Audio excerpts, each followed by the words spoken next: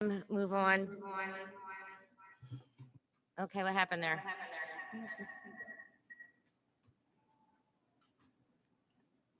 All right, Rich, I don't need to start over, do I? Okay, good. I think I would disappoint some people here if I did. And then our student reps, we are minus Allison in person, but is she available on the Zoom? She is, okay.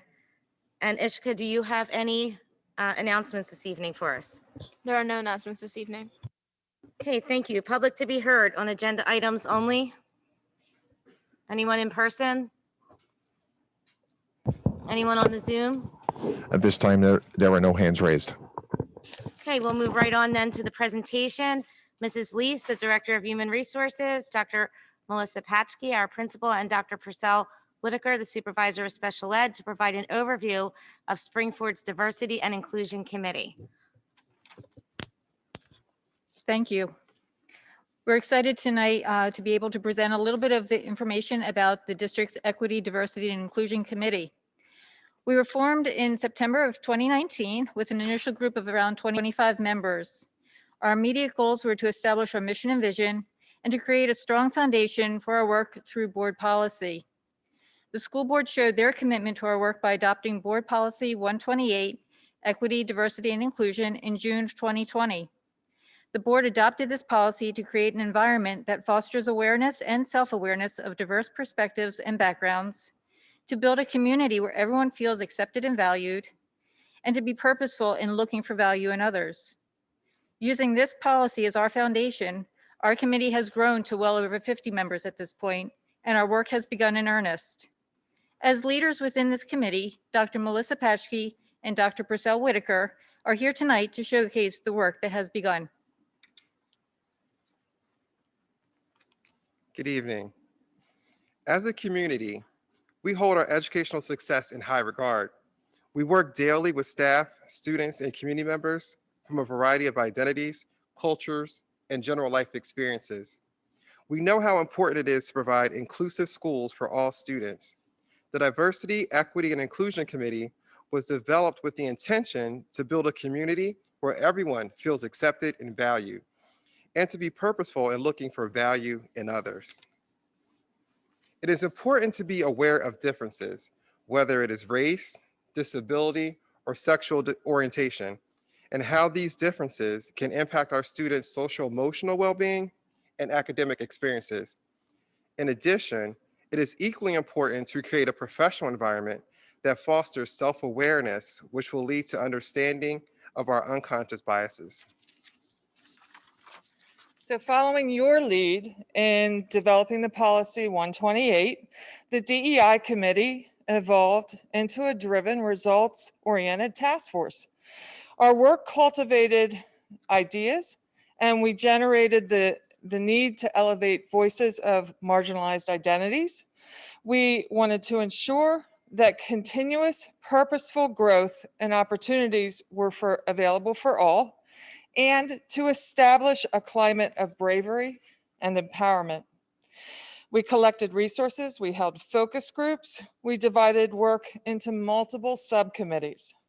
So now our communication and media department has captured a brief video to help you see into that committee work. So please listen in while some of our chair people will share the details of the work that's been accomplished by their committees thus far.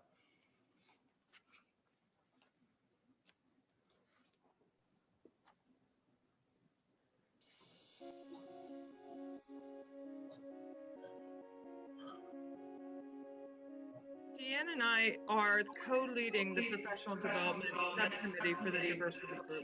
We are just working to find out what our needs and then work to find out what's the best way we can bring them professional development to increase our awareness of the diverse perspectives and backgrounds of our students and how to include that in our curriculum, in our training, to make sure that every student is comfortable. We have took the opportunity in both November and just recently at the end of February, beginning of March, to pull together small cohorts of staff representation on specific topics to find out what is truly happening in the Springford area school district and where do we need to move that needle and move forward as our work progresses.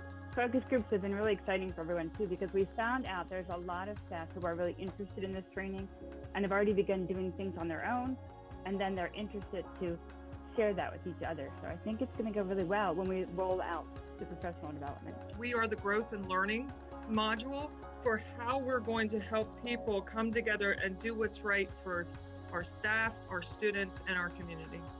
All these are touchy topics, and you really just need to listen before you react to a lot of them. I think that is kind of the hardest thing to do sometimes.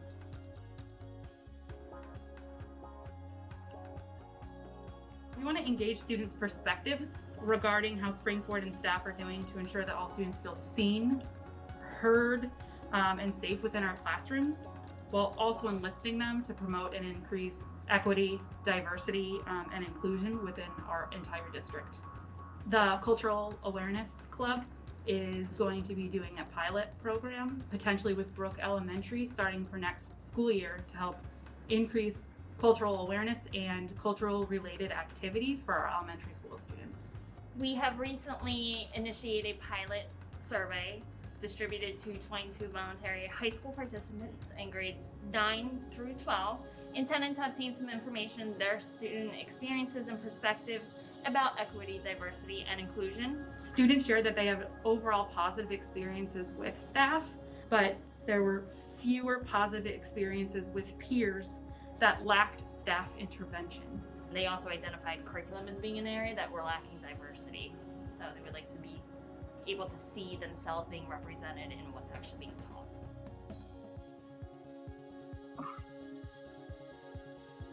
We want to look at the materials that are being used. We want to make sure that they're realistic, that they're respectful, and really that they give portrayals of various racial, ethnic, and cultural groups. We're currently looking at social justice standards and trying to create that rubric for what teachers already have in their hands, those supplemental things that they might be using, and also the curriculum we already have. However, that's just to evaluate, okay, if I'm going to teach a story about Thomas Edison in our Journeys curriculum, but I want to bring in a supplemental article about him to evaluate that article kind of on the fly to make sure I'm pulling in something actively. It's the short-term solution to making sure that everything from this point on we pull in is appropriate. We want to make sure that teachers have resources that help build empathy, respect, understanding, and connection to others that are both similar and different. Because we're specifically looking at curriculum, it's going to touch everybody in the district in some way, shape, or form. It's going to have teachers reflect on their practices and what they're putting out to kids. It's going to hopefully build unity among the student body and our staff to students, just because they will all be able to recognize one another and celebrate those differences.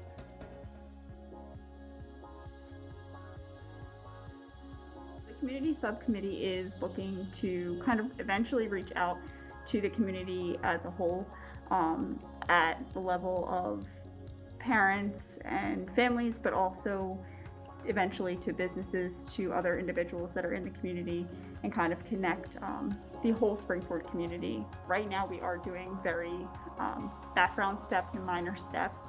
As much as everything can happen in school, we need to also share that out to the community to help our students better the area that we live in and become more aware of these different lenses that we have going on. We are more than just one specific look. We have many different nationalities, languages, religions going on within our own buildings, so we do need to represent those students and make sure that we have staff that represents that. We have our first virtual Multicultural Day coming up. This is going to include any student in grades 5, 6, and 7 who want to participate in this virtual event. This is really an opportunity to show our community what's happening inside the classroom when it comes to EDI. Each committee does kind of work together to some regard. We split up to be able to tackle more areas, but as we've split up, we have found that each committee needs to work together and build upon each other. The community committee is going to be sharing out what all the other committees are doing.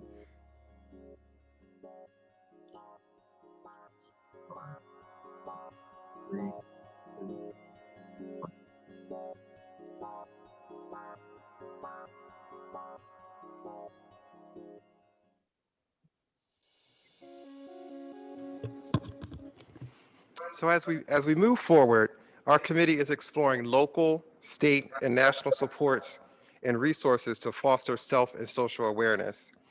We continue to strive to overcome conscious and unconscious bias, participate in courageous conversations, and create an inclusive culture that welcomes the diverse beauty of the entire Springford community. So this ends our presentation, but we'd like to say thank you to the school board of directors, to our administration, and of course, to our staff for allowing this important to move forward. We look forward to with you as we grow and also keeping you updated on our progress. Thank you.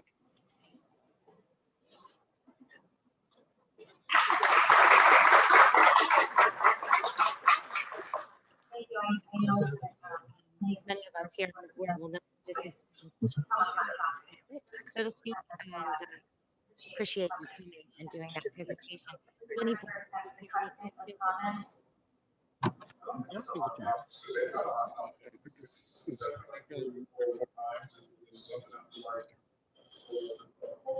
Years ago.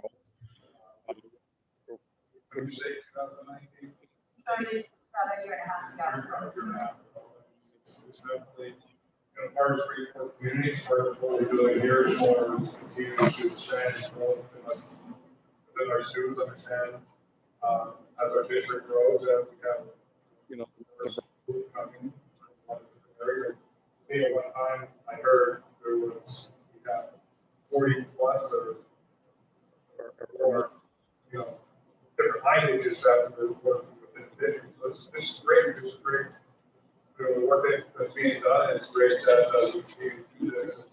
And from a cultural standpoint, how also building a cultural and cultural. I don't know how many years it's been now. It's a great event.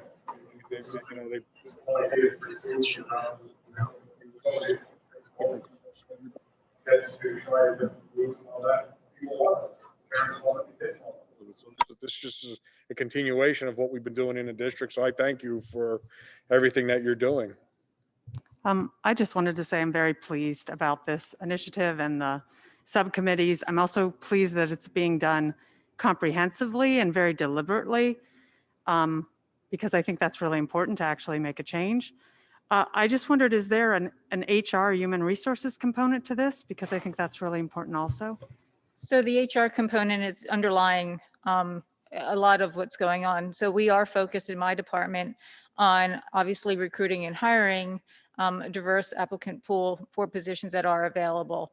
That is part of what Ms. McGill was also speaking about as far as the community piece, when she was referencing that a little bit as well. We are spreading our wings to get information out as far as postings within the Springford area school district. With virtual interviews now, I'm able to attend job fairs that I typically wouldn't be able to attend. So we are reaching out a little bit further as far as our recruiting efforts are concerned as well. And, and unfortunately, it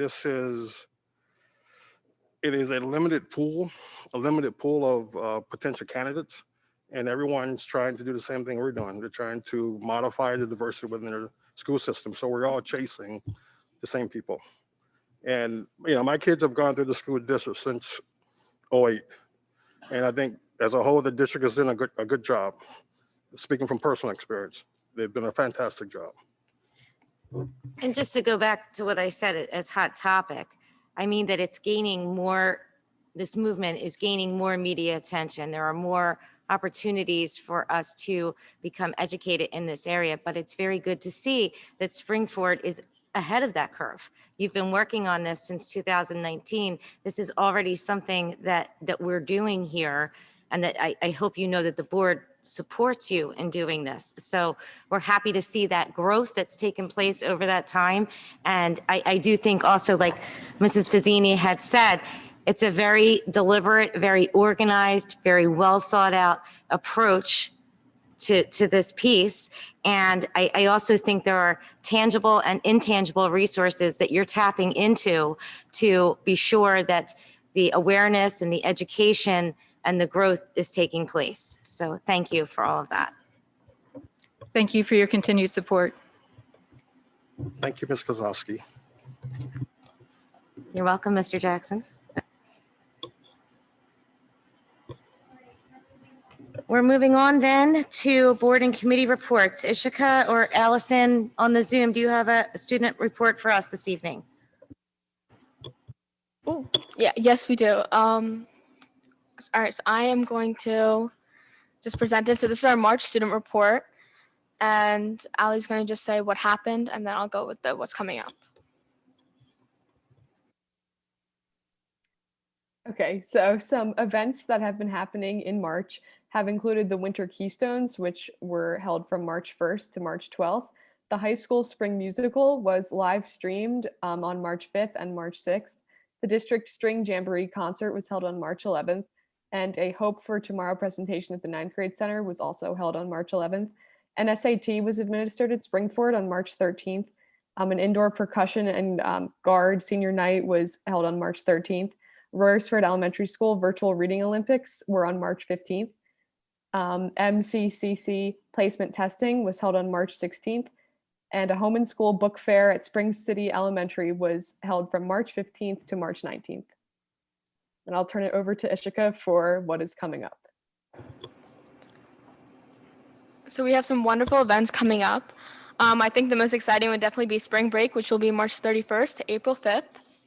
Spring photos at Royersfort Elementary School on April 7th. A drive-in movie night at Upper Providence on April 9th. The last day of our third marking period on April 13th. The beginning of our fourth marking period and the last, April 14th. An NHS induction ceremony for seniors, April 14th. The junior ones will be April 15th. And ACT testing will be administered on April 17th. Spirit Week at the Springford High School from April 19th to April 23rd. That will be ended off by a Powder Puff event on April 23rd. Our Senior Decision Day on April 28th. And for Limerick Elementary School, the last day to buy your yearbook will be April 30th. Okay, thank you very much for all of those updates. Anyone have any questions? Yes. Ishka, on all of those activities, I know there's been some discussion and there was some information which you wouldn't have seen in the Friday memo, but have we determined where these activities are going to be held? Is that? Okay. Most of these activities, if they are able to, will be held outside, but it just depends on what they are. So for the bigger events that are coming up, for example, the Senior Decision Day and the post-prom nights that we were talking about will be outside. But besides that, I'm not 100% sure. Okay. I'll look forward to your report, Mr. Schaefer. Thank you. I thought it unique that the most exciting one is being off from school. So appreciate the honesty. Okay, thank you, Ishka and Allison, for those reports. Mr. DeBello, do you have a finance report for us this evening?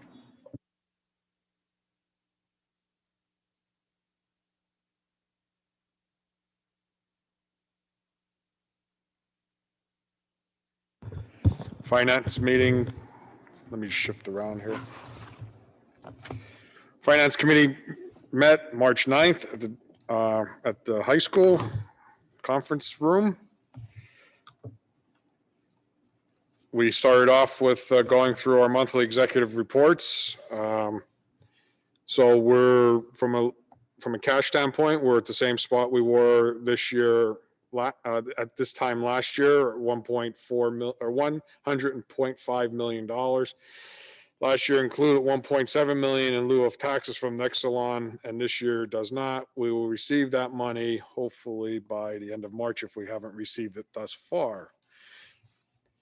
The revenues, real estate taxes, and interim tax payments are on par. State sources are coming in slightly slower. Federal funds are higher than budget due to the grant fundings that we reviewed. And expenditures, salaries are up to internal Springford cyber costs. Property services continue to be under budget due to not having full interstate cleaning staff on site at the beginning of the fiscal year. Other services are up, seeing a transportation. Other services are up, seeing a transportation savings of approximately about 450,000, but is offset by external charter school costs, which are up by $575,000 from the prior year. Supply costs are up due to COVID expenditures of approximately $491,000. Property expenses are up due to COVID-related expenditures, about $335,000. If you take the COVID expenditures out of the picture, we are basically under or slightly under budget.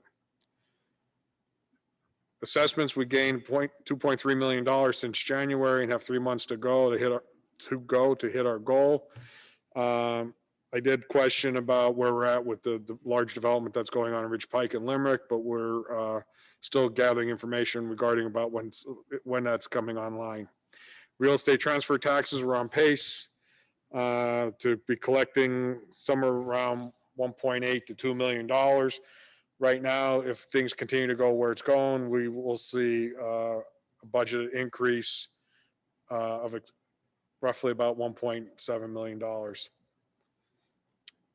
Our earned income taxes, we're still cruising and pacing to be around 11.3 million, which is up. The COVID pandemic from earned income tax didn't really hit this area as bad as some other areas. So because we are seeing an increase or up about $400,000. Our self-funded insurance, we're on par and we're within budget. Food services, we are running in the black, which is good. We served 295,000 meals year to date compared to 346,000 last year. A la carte sales are way down, of course, because of the low in-person attendance and minimal choices as well. We are working on getting a touchless checkout system with scanners for the safety and speed, which will allow expansion of menus. Hopefully, it is actually being piloted successfully in 2 buildings, and we'll get more information in upcoming meetings regarding that. High school project, we pretty much are done there as discussed, and we probably will be coming to the board next month to ask for a motion to move cap reserve, move the money remaining in the high school project. The board remembers last month I reported it was about $900,000, and we'll be making a motion or request to make a motion to move that money most likely back into capital reserve.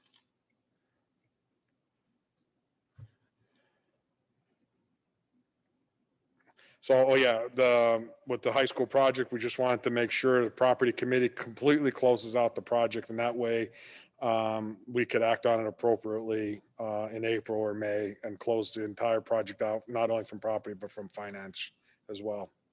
Well, we might like to hold on to that money a little bit longer, but okay. Well, you could hold on to it, but we'll just move it.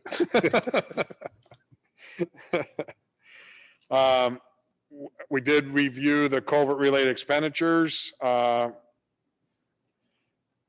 now, it's anticipating that Pennsylvania may be seeing somewhere between 10 and $15 billion in stimulus money. We'll see if that comes through. And we will continue to look for grants that may become available, but we have to be careful as we are talking about the budget and the next topic. One-time monies going into the budget is not something that we'd like to offset the normal operations with. So we'll talk further about that later, if any. So we did have a budget update. Mr. Fink did go through the budget model. Right now, we are looking at about a $4.5 million deficit, which equates to roughly a 3.99 tax impact. Our index for this year is 3%. There are several things in the budget that includes new hires that were requested. For instance, at Spring City, that was deferred from last year that we said we would need to move forward with this year. We also Ms. Mountain questioned the exceptions, and Mr. Fink replied that we only have 2 exceptions. We've only had 2 exceptions for the last couple of years, and we're getting less and less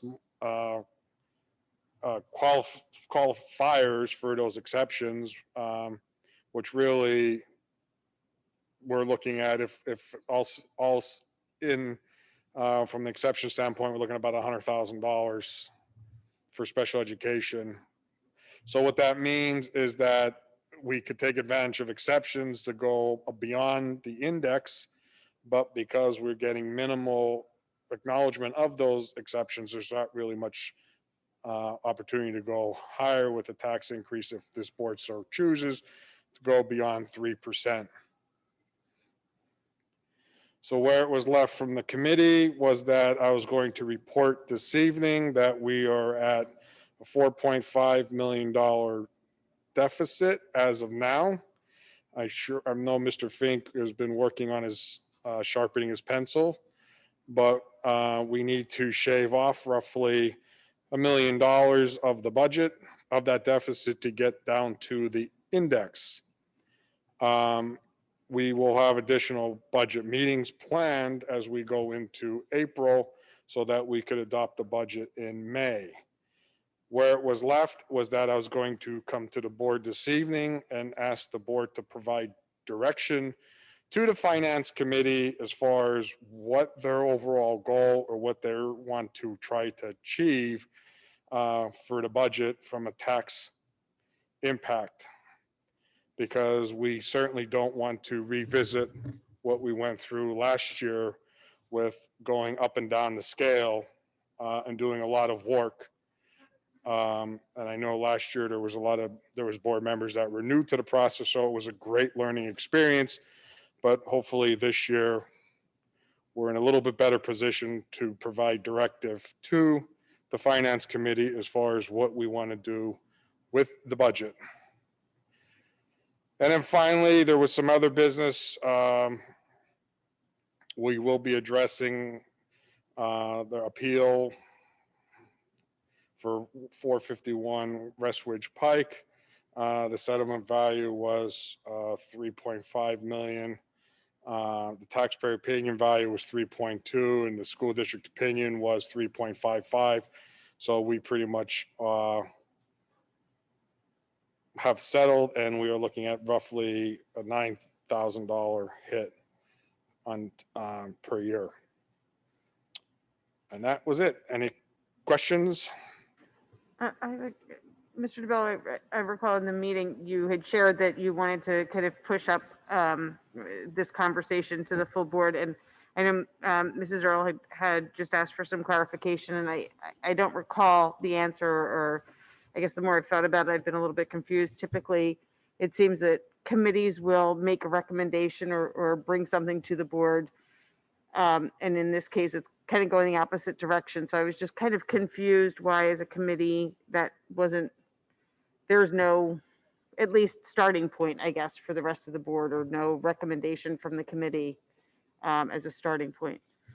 The recommendation from the committee is get the index.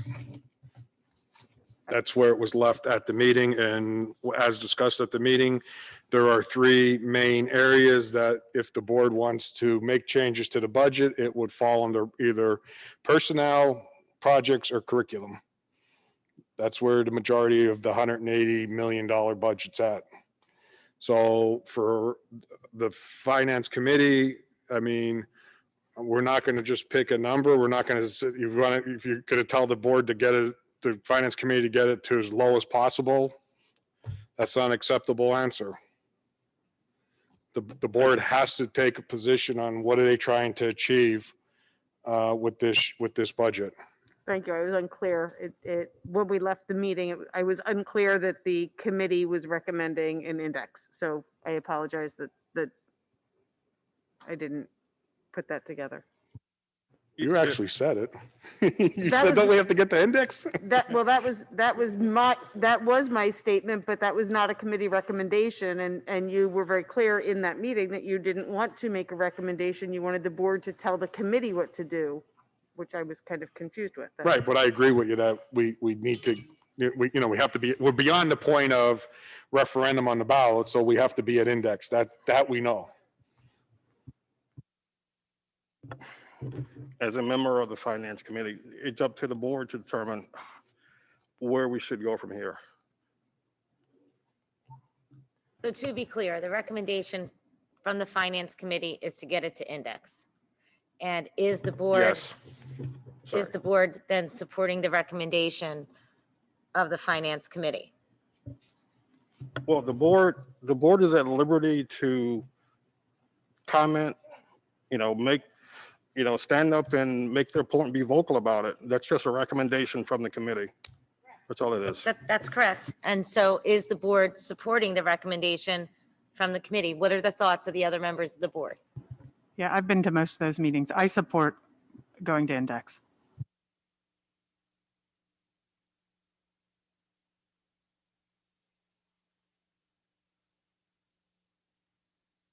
You guys got to speak up. I mean, someone's got to tell us what they're looking for. I agree. I'm on the committee. So we're going to index and stopping there. Is that so in other words, the board is fine with a 3% tax increase is what I'm hearing.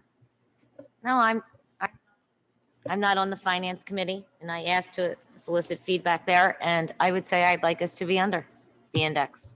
It's been a very difficult year for a lot of people in the community, maybe not everybody, but definitely our small businesses in our community have taken a hit, and I'd like to see us go under index. Tom, are there any other recommendations besides getting down to index? I think we could get to 0.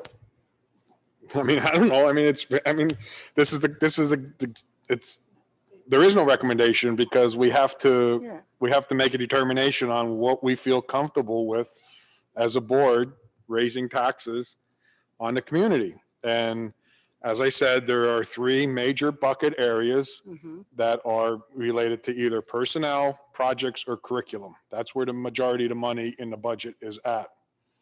I know we all like to say, cut the wasteful spending. There is no wasteful spending. That's been done probably 9 years ago. So we are at a point now where we have to make a determination on what do we want to do as a board. Right, and cutting $1 million.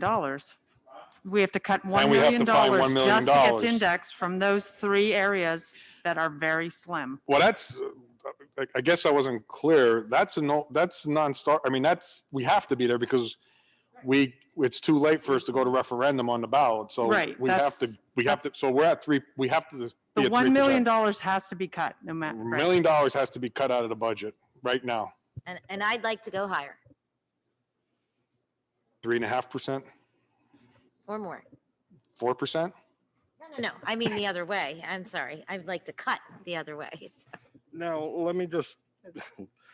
I don't want to be unreasonable. No, I know that there are 3 buckets and we don't want to do damage to the district or those 3 buckets or lose ground. I get that. It's going to be a balancing act, and I'm confident that our CFO, Mr. Fink, is going to be able to get this done with minimum hurt.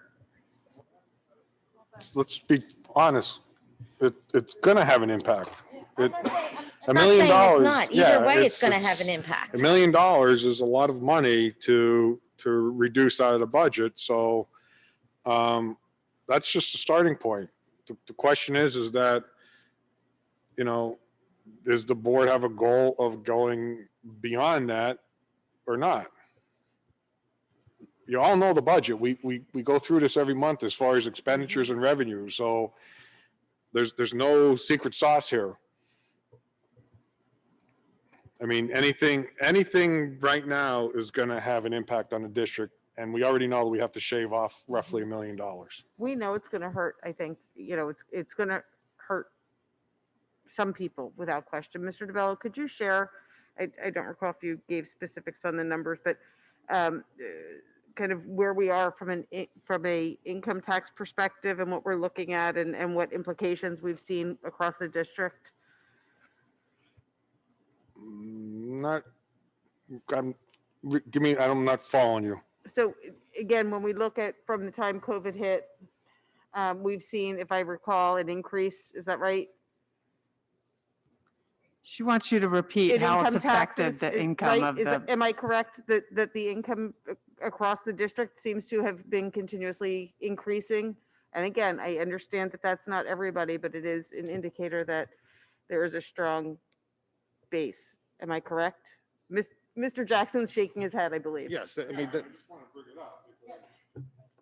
I mean, we're about $400,000 ahead in earned income tax for, I don't know what the population of Springford is, 39,000 or 40,000 people. So, Yeah. um, I just also want to just revisit the fact that we just spent a lot of unbudgeted money because we're still in a pandemic. And next year, that's not going away. Things are improving, but we still are going to have more than one educational model. I don't know if we're going to have 2 or 3. We're still going to have a lot of extra costs that we have to do to keep kids in these buildings. So I just want to bring that up. I mean, that's our reality. What you made a comment, I'm just, reason for pause. You said we're still going to have More multiple. than one educational model. Will at And least. we haven't decided that. I'm fairly certain.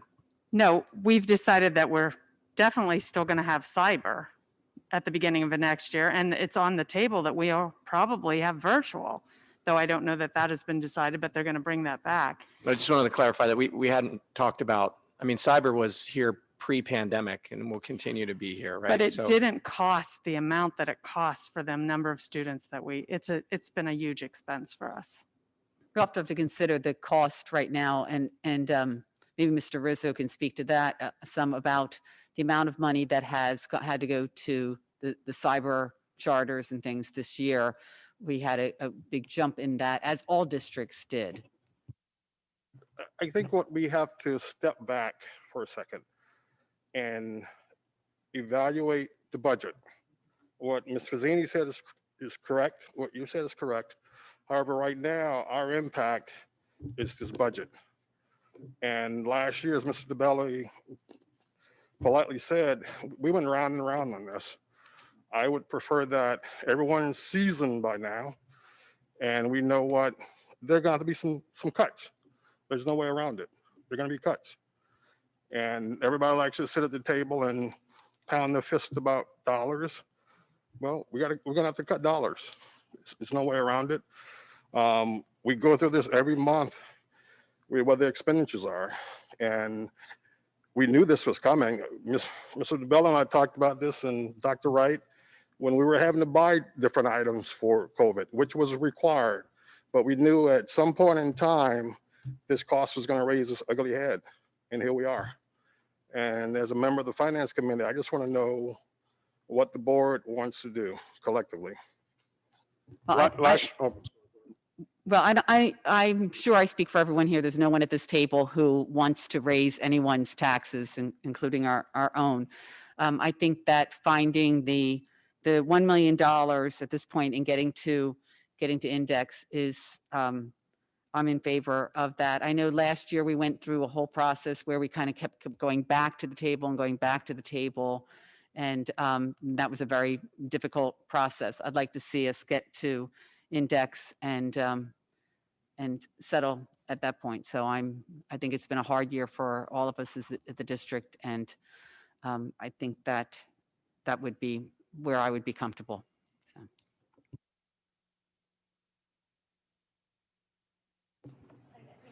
Can we do, Mr. Fitzgerald, can we do a straw poll on this piece? If that's the desire of the board, it's not binding, it's just to give some level of direction today. Mr. Schaefer? I'm with the committee's recommendation. Committee recommendation.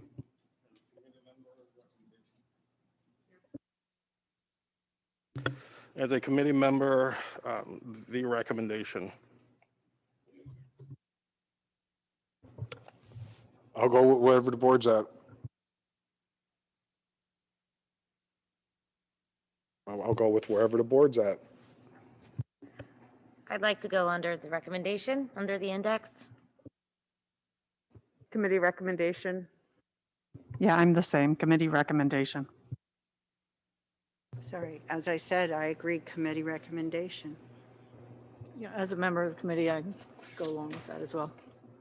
Okay, so that's a general inkling then from the board, general direction from the board that we'll need to get that budget to that.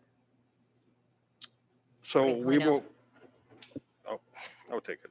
So we will take this directive from the board and go back and, or I'm sorry, give direction to the administration to make that cut or those cuts. We're not going to make those cuts. What we're Well, going to do is make at the finance, we're adjustments. going to talk with, Jim will come with a recommendation from administration on where we could reduce $1 million out of the budget.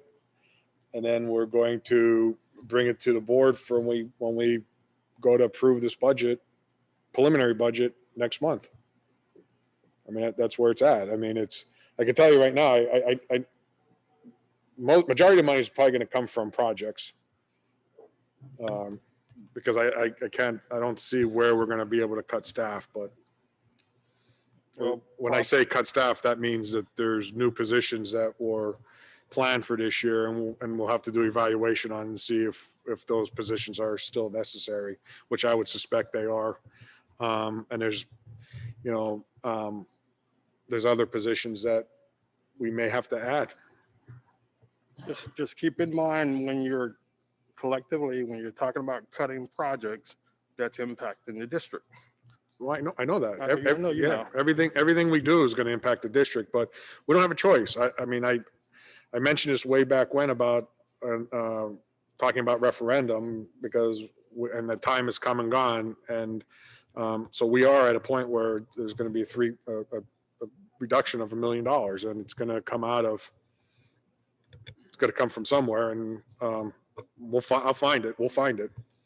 I'll get it down to 3%, and my goal is always to try to go as low as we possibly could to get. And I've had this budget all the way to the point where we had a 0% tax increase a few years ago, and we've been averaging roughly around 1.8 to 1.9% increase over the last several years. So unfortunately, these times are stretching us a little bit. And Mr. DeBello, you also raised a really good point, which is, kind of ties in, Mr. Rizzo, to what the education models are going to look like. And Mrs. Fazzini alluded to it as well.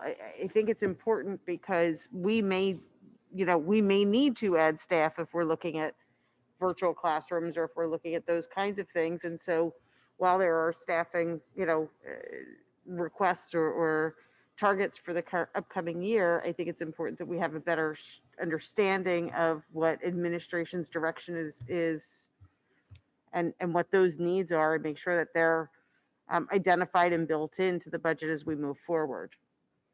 Well, we know the administration is currently meeting with the subcommittees to determine what next year is going to look like. But unfortunately, that final decision is going to be closer till April, May. Same night, we're going to make our recommendation the same night you have the preliminary budget presentation, April 12th. Oh, good luck with that. So I think that the point is just to make sure that as you're going through that process, that those needs are built into this budget model, because we don't want to kind of start down one path and then get tossed and kind of have to go back and forth and back and forth.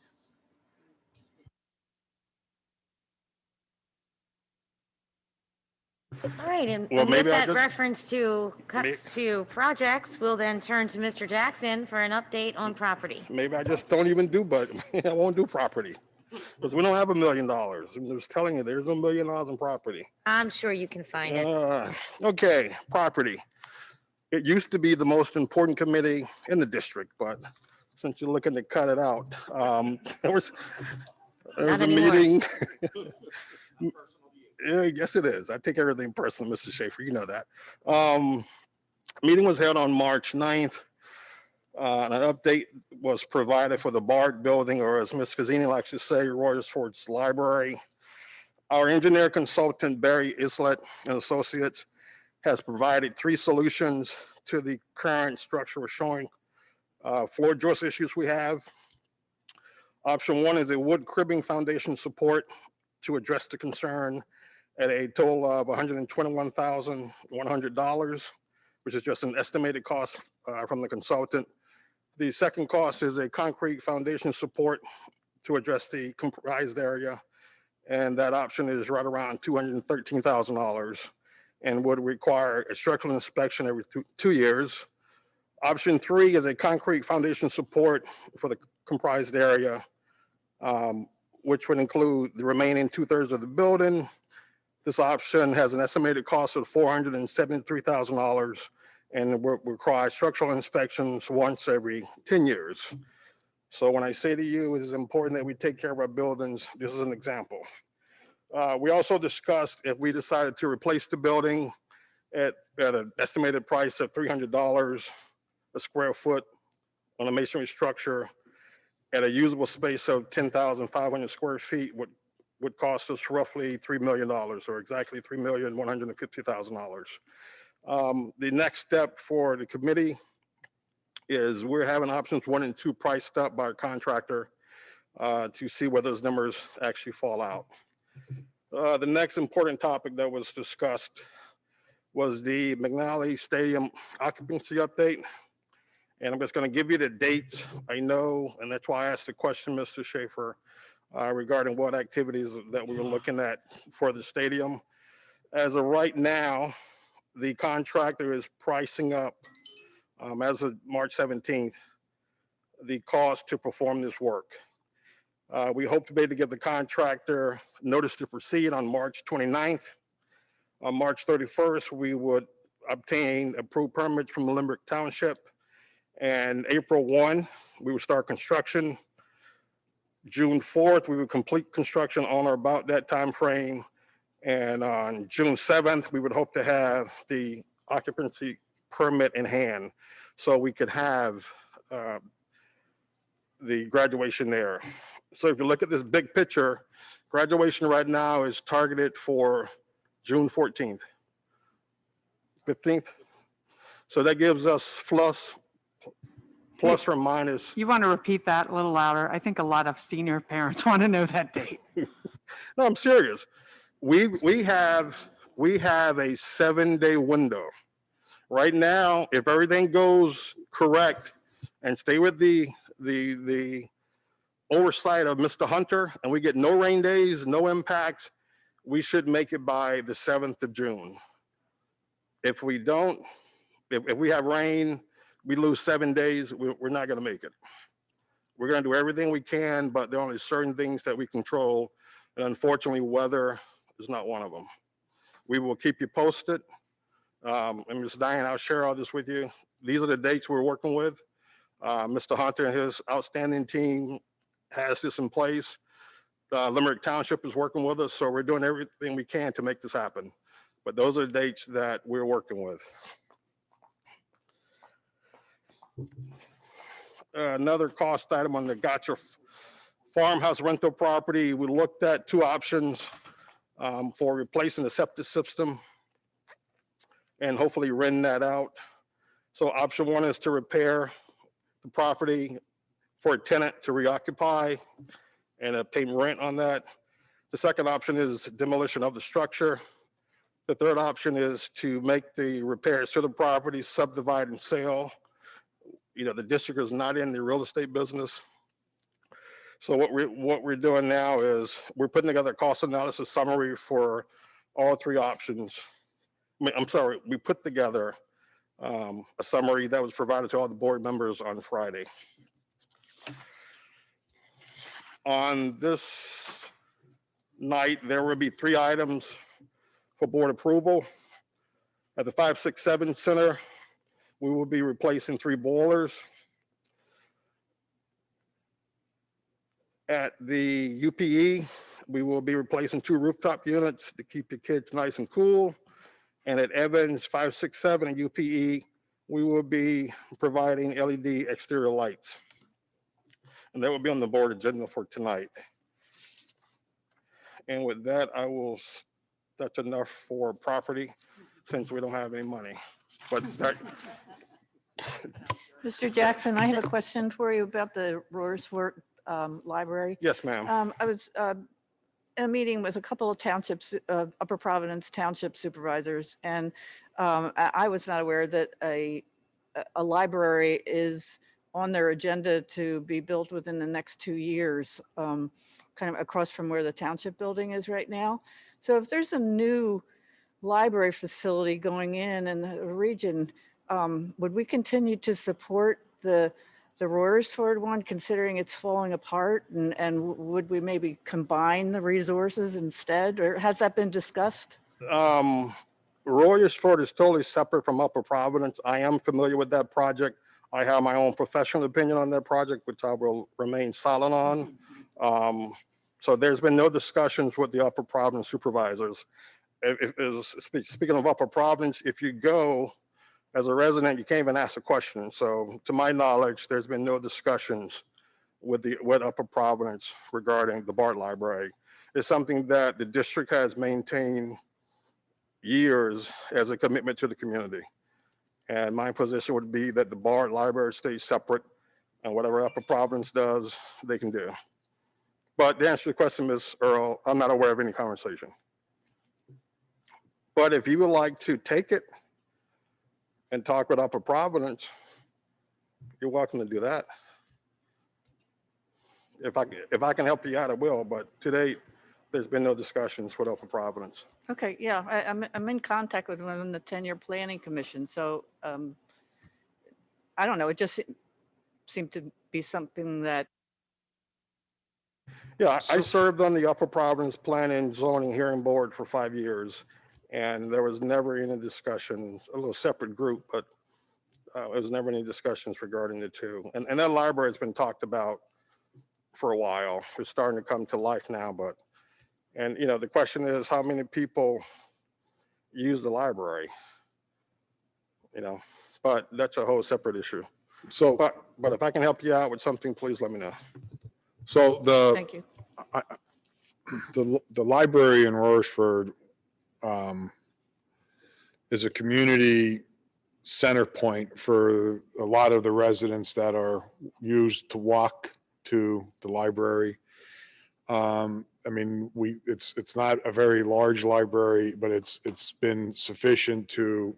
They actually a few years ago, looked to trying to see if they could expand the library, but that didn't occur. But the whole goal was to stay within Rorschford because of the residents and the community-ness of the library itself. It serves a lot of people that may not necessarily have the means at home to have access to the internet or have access to computers or whatever it may be. Right, then they are able to walk to the library, wouldn't have transportation to get to Upper Providence. Yeah, I think that walking to it is an important thing, is where Upper Providence is planning theirs. You're not getting there anyway, but by a car. Right, so I would Exactly. not be in favor of I'm totally in favor of continuing to support the community, continue to support Rorschford, and do what we need to do to enhance. We've been maintaining that building for years. It's our building. We rented to Royersfort Library for $1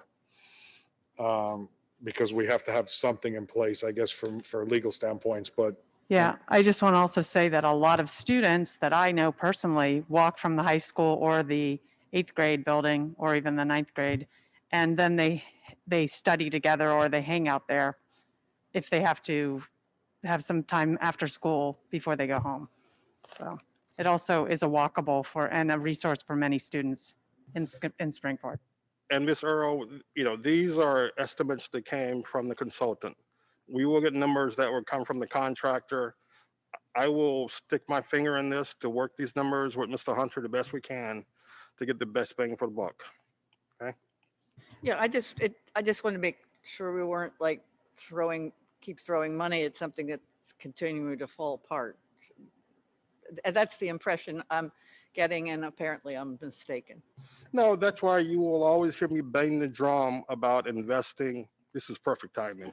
Investing in the district, in the buildings, and maintaining the district. I'm sorry. You just like your committee. But I do want to repeat for all senior parents that you heard it, that the graduation date is tentatively scheduled. No, we're not done. All Go right. ahead, Mr. Rizzo. Do you want to clarify Don't for steal us? my thunder here. Don't steal my thunder. No. We will come to that. That's part of my report, but we do have a tentative date set for that we would like to have a motion on the board tonight for June 15th for graduation in person. One That- ceremony. That gives Mr. Hunter 8 days. That's it, guys. And this schedule is tight, and he is busting his hump and his staff to make this happen. We're going to do everything we can, but that's an 8-day window. So that was one of the questions that I had. I also wondered, was there any further discussion about the turf fields? Because I know that the turf issue was brought up at a previous meeting and there was a presentation done. Where are we on that? We are nowhere on that. There was a presentation that was provided by Mr. Mcnally, and that presentation would have to be factored into the 10-year plan. That's a Okay, thanks. Okay. And then the other question that I had was that I did see what you were talking about with that property there and 3 options that were proposed and they were in the board memo. What direction is the property committee going with that or recommending for that? Or where do we go from there? The cost summaries that you were referencing that were in the, We're not making a recommendation yet. We're doing a cost analysis. You're still in process then?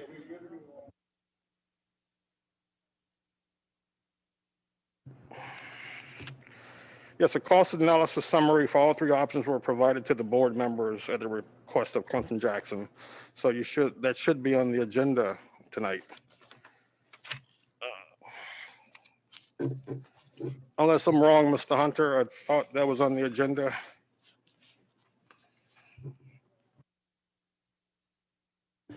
The cost options that were on the board agenda on Friday are for further discussion to finalize the decision at next property as to what we're going to decide to do with the property. Okay, so they were in the board memo. They're not on the agenda. They were in the board memo and you're continuing discussions in property. That's correct. We had the final piece was the estimated sale value of the property being subdivided, which we talked about those numbers at property meetings. So we have all 3. Thank you, Mr. Hunter, for bailing me out. Thank you. That's all I had. And I want to be clear again, because, things take on a life of its own here at Springford. There was a presentation, as Mr. Jackson referred to, regarding just a summary or an overview of what was presented a few times to the property committee regarding the possibility of adding additional turf fields in the future, if so desired by the board. But we also know that when we're looking at our capital projects plan, which is spread out over 20 years, a lot of conversation would have to occur before that even works into that 20-year plan, and if it would work into that 20-year plan. So I think that's where it was basically left at. The report, I'm sorry, the analysis in the report that was presented was from 2006. So before we would do anything, we would have to do another field study. Didn't you give direction to them I had only come in on the end of that meeting, but I thought there was some direction given to go back and find out more details of where and what would be more updated because that information was older. No, I asked them to submit the report to all board members and said before we could move forward, we would have to do another analysis. That analysis is 15 years old. Before we would do anything else, we would have to do a study. There would have to be a determination of the scope. It would have to be a determination of the fields, what the fields will consist of, what the design of the fields will consist of. And then there would need to be a report that would need to be presented to the board, and then that go through the review process. And just to refresh my memory, that presentation was that done in property or extracurricular? It was done with Mr. Schaefer, and he kindly sent it over to me. So the presentation was done in both of them. So it was a joint effort. Maybe that's why it was a little fun. Yeah. Okay, thanks. Mr. Schaefer, you look like you want to comment. Jackson, at this point, we're not doing anything. We don't have any money.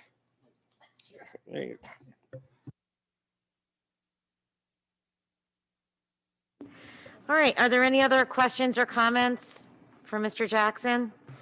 One last thing, I will continually support and commend Mr. Hunter and Chief Boyer. They work in tandem like no one I've seen in a long time. A lot of the success that we have in property, and you see it reflected throughout the district, is a commitment to those two gentlemen. And I would just like to say thank you for everything that you do. Okay. Thank you to you both. Thank you to you all. And Mrs. Earl, do you have a policy update for us this evening? Yes, a policy committee met on the 15th, and we put 5 policies on tonight's agenda for final approval and 12 policies on the agenda for first read. The committee further approved and sent on to our solicitor 16 more policies for approval, and they'll come to the board in April. I think we've mentioned this before, there's policies in the 300s that are administrative employees, 400s are professional employees, and 500 are classified employees. And these policies are redundant. They just change what we call who the employees are. So I'm not quite sure how many there are altogether. Mr. Rizzo, do you roughly, how many are? I have the spreadsheet. I'd have to look it up, but we're probably combining 3s, 4s, and 5s. We're probably talking somewhere in the 40 to 50 policy range. Okay. So it will be on tonight's, it is on tonight's agenda for a motion to approve to send these to PSBA, because they're the ones that have already, I guess, done this, and they will provide us with the policies. We had talked about a few of us reviewing them, but then they'd still have to be reviewed by the solicitor. So the total cost is going to be like $1,650, and there's no way the solicitor's office is going to review that many policies for that amount of money. So anyway, so that's on tonight's agenda for a vote. When those are done, it'll complete our review of the policies that date back to 1991 through 99, mostly from 1991. And we'll be moving on to those dating from 2000. So we're gradually creeping into the 21st century. So that's where policy stands. Any questions? That's great. That's been a long review project that's been going on. That's great that that work is still happening. And Mr. Fitzgerald, we're fine if you review all those policies. In fact, you would have been, yes. We're good with.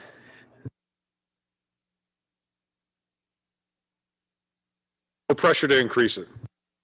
Oh, no, I suggest PSBA in this regard. I think it'll be very efficient utilizing them. All right, good. And also, we'll get to that later in the meeting. Does anyone have any other questions or comments for Mrs. Earl? Okay, Mr. Schaefer, extracurricular. All right, let's do it.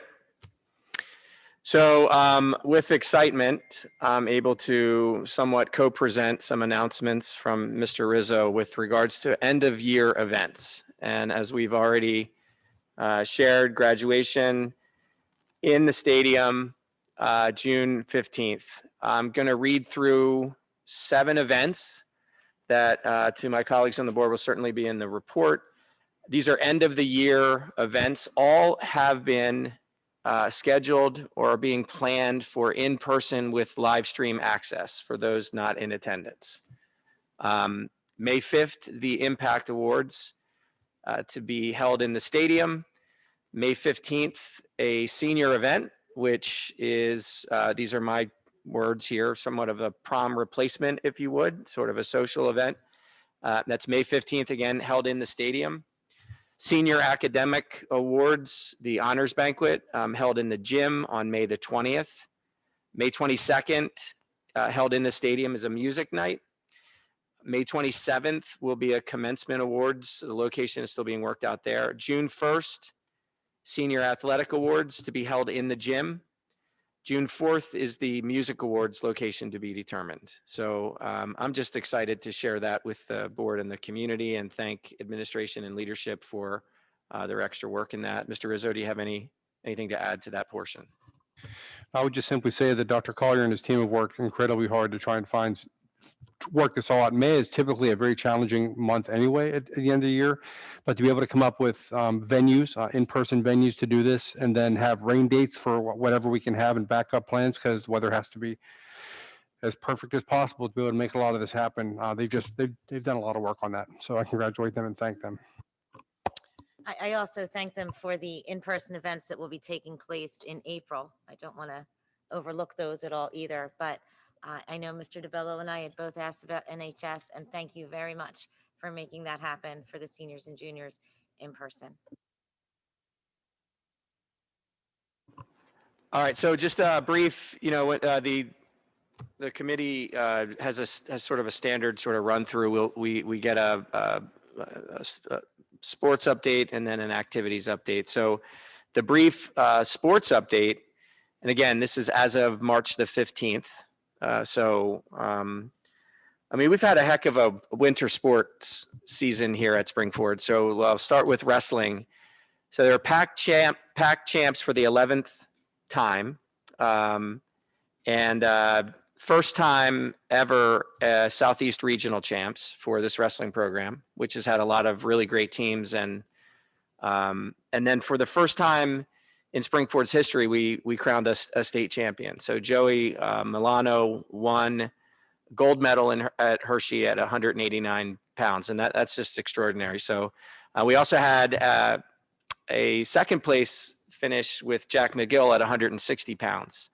So the wrestling team, Coach Seislov, we have, it's extraordinary year, and we'll obviously have an opportunity in the future to recognize those student athletes. Girls basketball. So can we get an update? 46-43.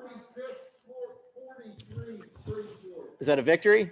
Yeah. Okay, wonderful. All right, so they continue to climb towards a state championship, hopefully.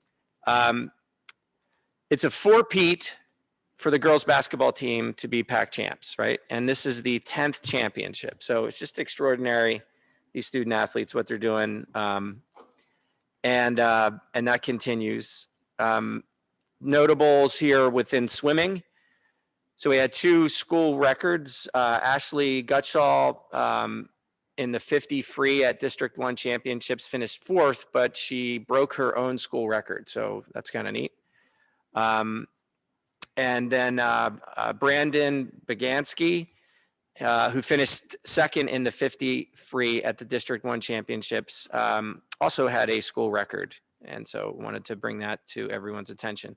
My last update is on the high school musical. So I think everyone was aware that we had Guys and Dolls Junior occurring during the week of March the 5th. Alex Stefelli and the entire cast and crew did a fantastic job. So a couple of things that just wanted to share that I thought were really unique. So there were over 1,000 links sold. And this was viewed from people not only in the Springford community, but also sort of around the country. All the students who wanted to participate, were able to perform safely throughout the musical season. That included acting and singing, lighting and sound design, set construction and props. And it was a joint effort between the theater, music, and audiovisual departments. And this was really a neat event where so many people came together. And next year's musical will be Mamma Mia. There will be a quiz on that. So please remember that. And that will, of course, be held in March of next year. And that concludes the update on from our committee. With any questions or comments, and Mr. Rizzo, please, if I missed something, add in. No, I think you did a great job. Questions or comments from any other board members? Okay. Mr. DeBello, personnel. Mamma mia, that was a long report that he just gave.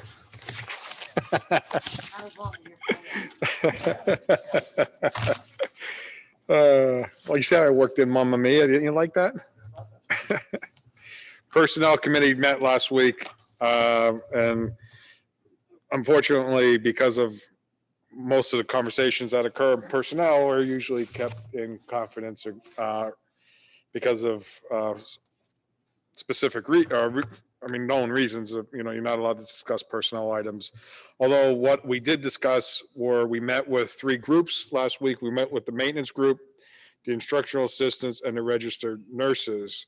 The purpose of meeting with each of those groups is we call them meet and discuss, because we are in the process of renewing their agreement that they have with the working agreement that they have with the district.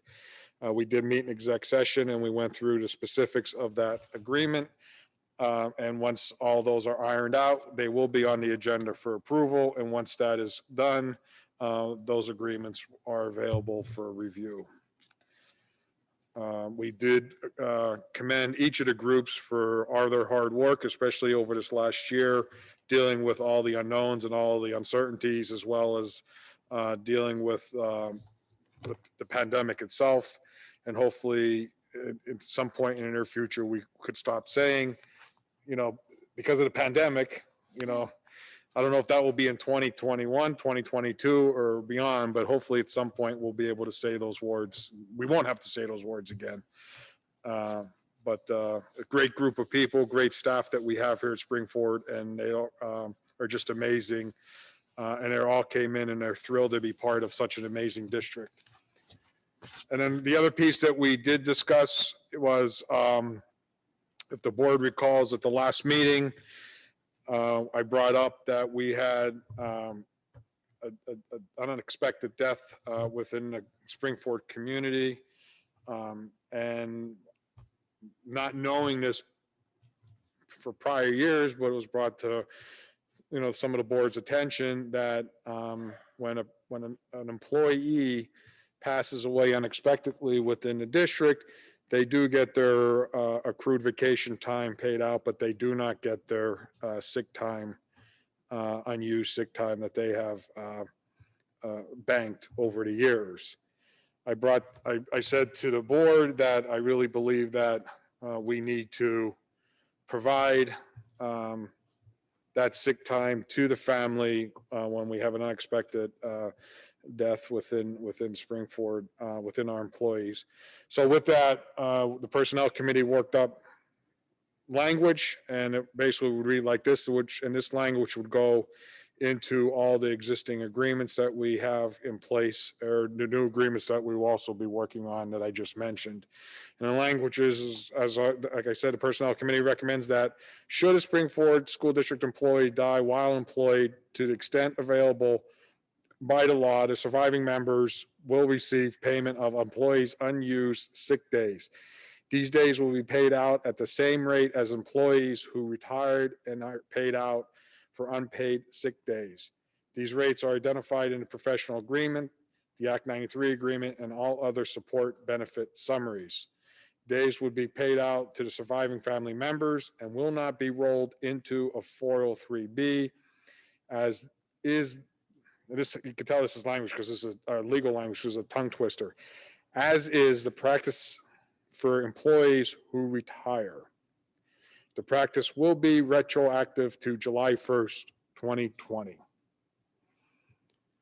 So, and Mr. Fitzgerald, I'm going to ask for your guidance on this.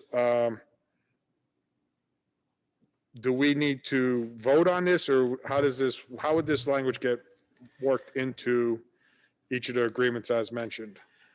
You do need to vote on it. And once it's approved, that language will be placed into each separate agreement. There's a few more hoops with regard to your unionized group, but with all the other groups, it would just be added into your meet and discuss plans. But then I make a motion that we take said language and add it to the agreements as mentioned. I second. Any questions or comments on that? Okay, so before we go any further, we need to take public comment. Is there any public comment specifically related to this motion? In-house or on the Zoom? At this time, there were no hands raised. Okay, thank you. So all in favor then, say aye. Aye. Anyone opposed? Okay, that motion passes. And that ends my report. Thank you, Mr. DeBello. Moving on to Mrs. Melton for legislative. Thank you. The Montgomery County School Director Legislative Committee met on March 17th. We were joined by Representative Tracy, I'm going to butcher her name, I apologize, Pennyquick from the 147th Legislative District. She represents Souderton, Boyertown, PV, Upper Perk, and Pottsgrove. Ms. Pennyquick actually is also a signer or a sponsor for House Bill 272, which is the charter reform bill. It is a bipartisan bill. So it was really nice to hear kind of another side who also has that same goal to support reform. Again, that was the primary focus of our meeting. Discussions were around potential savings to school districts, and specifically within Springford, we would be looking at over a $600,000 savings should House Bill 272 pass. And keep in mind that would be prior to the increased expenses that we have seen in this current school year. So again, certainly a bill that I support. I hope others will as well. Many of you may recall last year I brought forward a resolution specific to charter reform and charter funding reform, which was focused on charter payments not being based on actual costs, but rather they varied from district to district, and special ed district funding. So for our school district, we may be reimbursed based on a high, medium, or low needs assessment, but there's a flat funding for charters. So again, if a child currently goes to a charter school and requires speech therapy, we're paying a full special ed fee for that. So these are some of the provisions that would be included within this House Bill 272 and also are covered by the resolution. I would like to raise to the board that we reconsider the passing the resolution. I think it's really important that we continue to focus efforts on improving the environment. This is an area where it will not have any impact on school choice for any of our residents, but it will help minimize some of the payments. And keep in mind, charters are for-profit entities. So where it may cost us $18,000 to educate student X, we may be paying $38,000 to a charter school, and it's costing the charter school maybe $20,000. So they're actually profiting $18,000 off of that student. So keep that in mind. This would provide some limitations on those costs and those expenses. So again, I urge the board to reconsider the passing of the charter reform resolution. Is that a nomination or like making a motion or what you're just? Well, we've brought it up a number of times. It's been, it has been, members of the board have felt strongly that it was added no value, but I think it's definitely something that we should show our support for and get behind, continue to provide education to our community on this issue. Again, this $600,000 in savings, we're talking about needing to cut $1 million out of our budget. Well, if we could save $600,000, that's a huge chunk of that right there. So these are the kinds of things that we want to work through. The resolution, I think I can certainly, Mr. Rizzo, I believe you have a copy of that resolution, correct? That is correct. I do have a copy. Perhaps we can circulate it through to in a Friday memo so that the board can review it and then add it to an action item for next month's meeting. Yeah, I don't recall, but that doesn't mean it wasn't. We've had a heck of a year. So, but sort of coming out on that. It was actually before COVID. So Right. BC. It was a BC event. But yeah, I mean, those are the kind of things that I'd like to surface and have visibility into because it's a for-profit element that ultimately our community bears the expense of, and it's sort of not known probably by the average household. And so I'd like to have that circulated. Thank you. And my recollection is our liabilities from a charter perspective have skyrocketed, as they have in all districts around the state, and around the country for that matter. But certainly to the extent that we can get behind this and try to minimize some of that, and try to kind of put it closer to the expense as opposed to providing these additional large profits, I think that would help minimize what I'll call is the charter tax, which is really what we're looking at. This $1 million is really very close to that charter tax right now.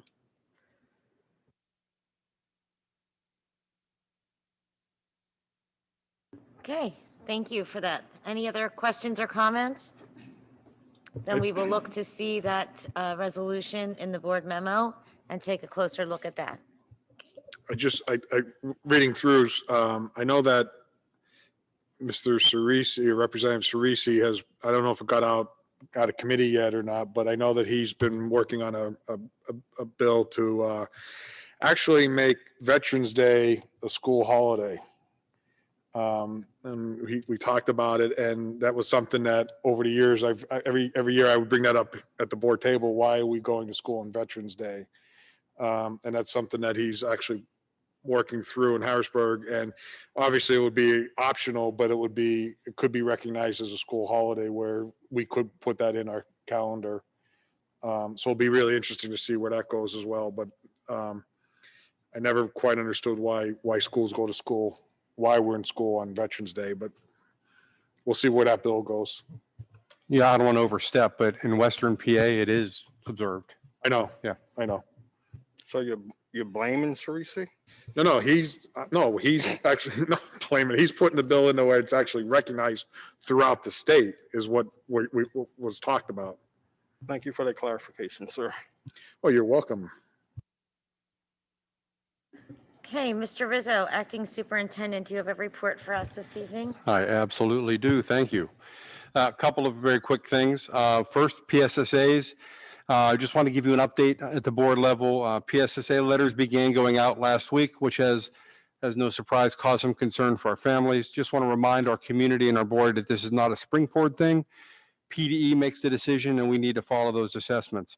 Other options that PD, we did get, we were allowed to apply for extensions, which meant we could have given PSSAs this summer, or we could have given PSSAs in September.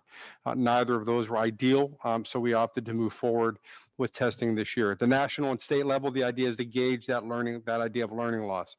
And again, I shared when Mr. DeBella brought this up last meeting, my opinion is that the data we collect won't be useful anyway, given the year where we tested and the relative discomfort that many of our families are experiencing just with even coming in the building. My choice would be to use that time for instruction rather than for assessing at a standardized test. And I'm not negating the importance of standardized tests. I think we're missing the mark a little bit this year by putting those in place. It's just my thoughts on that. As I promised, I will be giving you little trailers of our 21-22 school year planning. Our subcommittees, our 4 subcommittees have all met at least one time with other meetings scheduled. 21st Century Learning, just a couple of quick things about that. They're working towards identifying what that even means. What is 21st century learning and how does technology fit within that?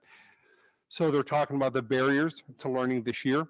Talking about ISTE standards. I mean, the discussion is leading towards ISTE standards. And if you're not familiar with those, that stands for International Society for Technology and Education.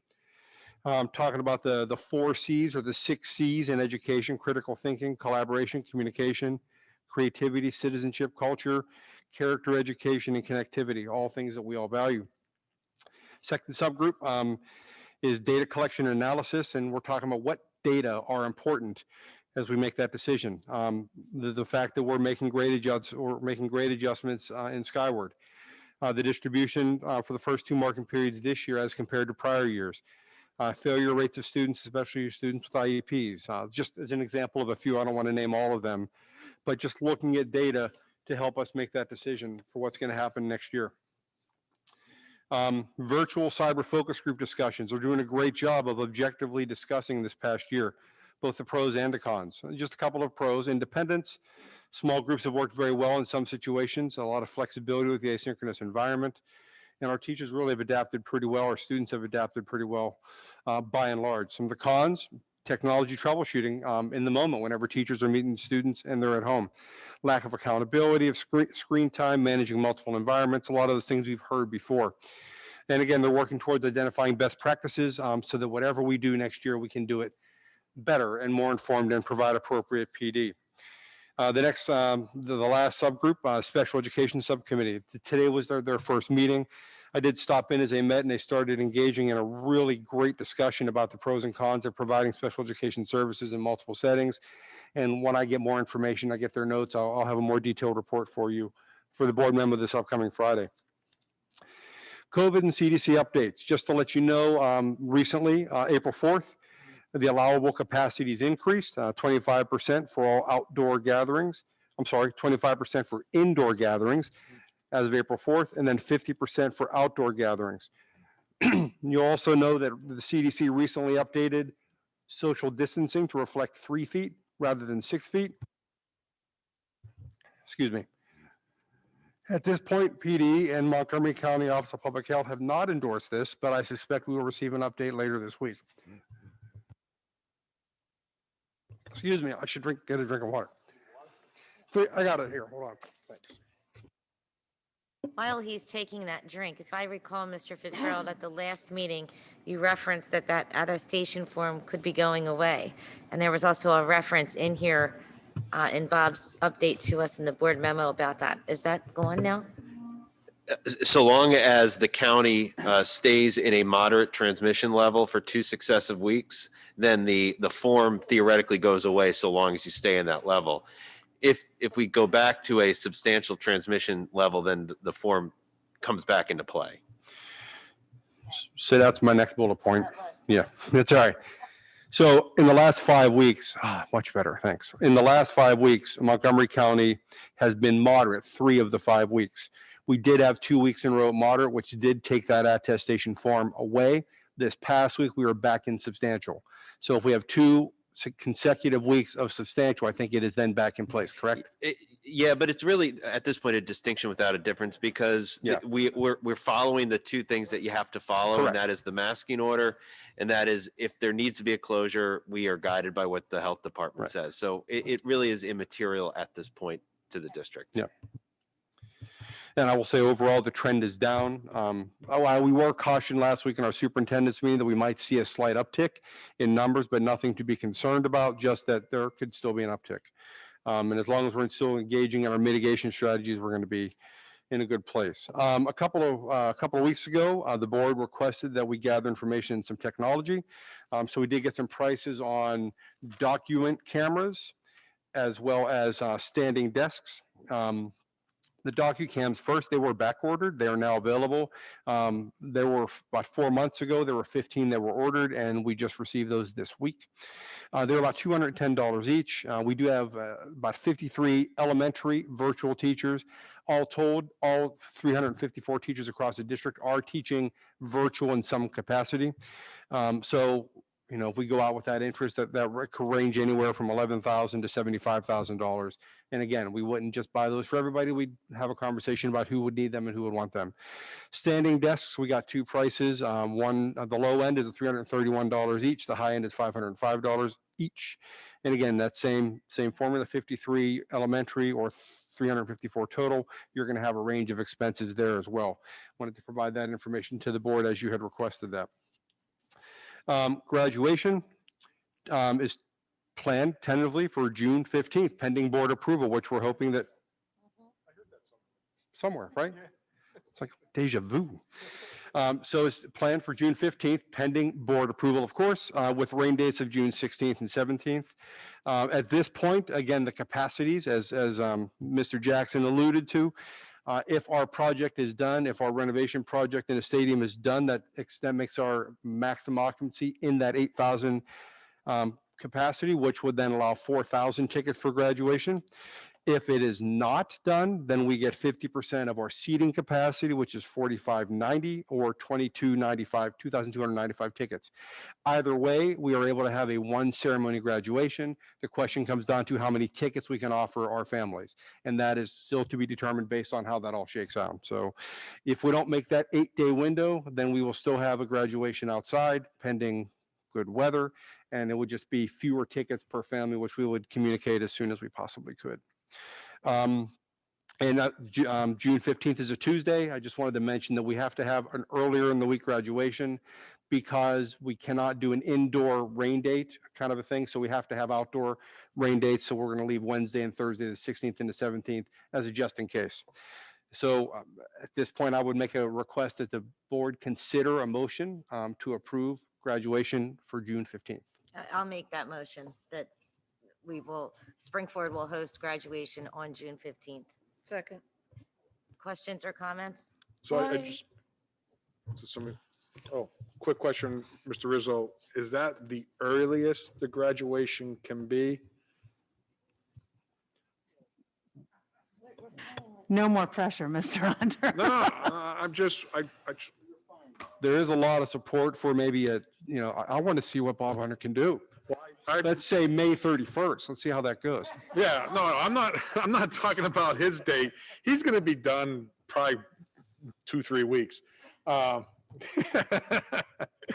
just want to, because this will be a question that will come up. And I'm not even referring to what the project of Mr. Hunter is that, but January, June 15th, that's the earliest that we could have graduation at this point, per satisfying the state requirements. That is correct. That's what I'm trying to get to. Yeah, unless you wanted to, the other most important June event is our board meeting on the 14th. If you wanted to cancel that for graduation on Monday, we could.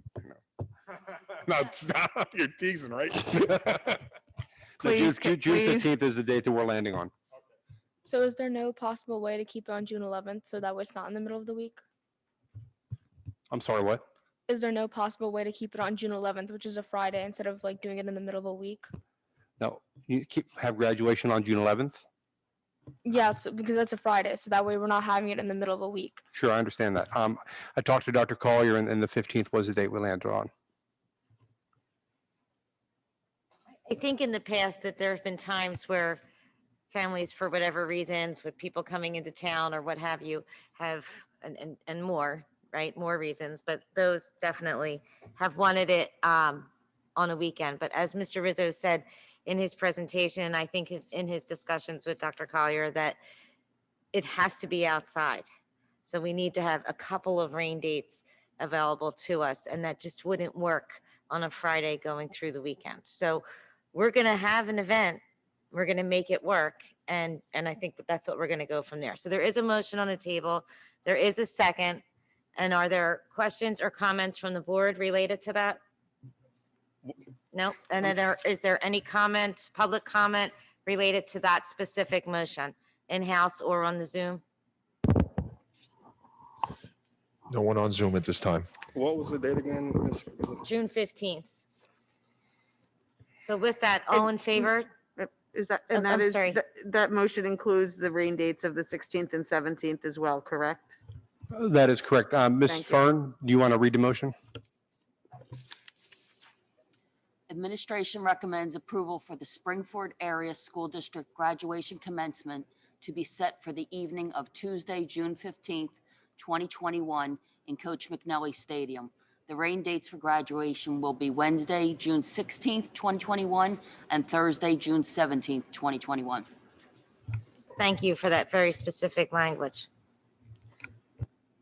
Final questions or comments? All in favor, say aye. Aye. Any opposed? That motion passes. Thank you. I'm sure Dr. Collier and the senior class, thank you very much for that motion. The last thing that I have is retirements. We have 3 retirements up for vote tonight. Karen Boyer, custodian, head custodian at Limerick Elementary School. She's been with Springford for 18 years. Carol Gannister, PIMS Data and Reporting Specialist, has been with Springford for 9 years. And Kathleen Strange, Secretary at the Flex Building, the 5th, 6th, 7th grade center, and she has been with Springford for 13 years. And we thank them for their service and wish them well in the next chapter of their careers. And that's my report. Yeah. I do love how you bring that out and remind us of their years of service, because when you look at that all together, that's a tremendous amount of time. Okay, do we have Mrs. Smith available, or does anyone have any other questions or comments Yeah. for Mr. Rizzo before we move on? I have a quick question. For where do we want to go? What's the recommendation, if any, as far as, I'll start with the mobile desk, not the mobile desk, but the whatever it's called, the desk that, I know them as Veridesks. The standing desk. The adjustable. The adjustable desk. That would, and you're talking about the ones that just sit on top of a desk. They sit on top of the desk and then they're accordion. They can go up and go down. So do we know how many virtual teachers that are spending 100% of their time teaching virtual?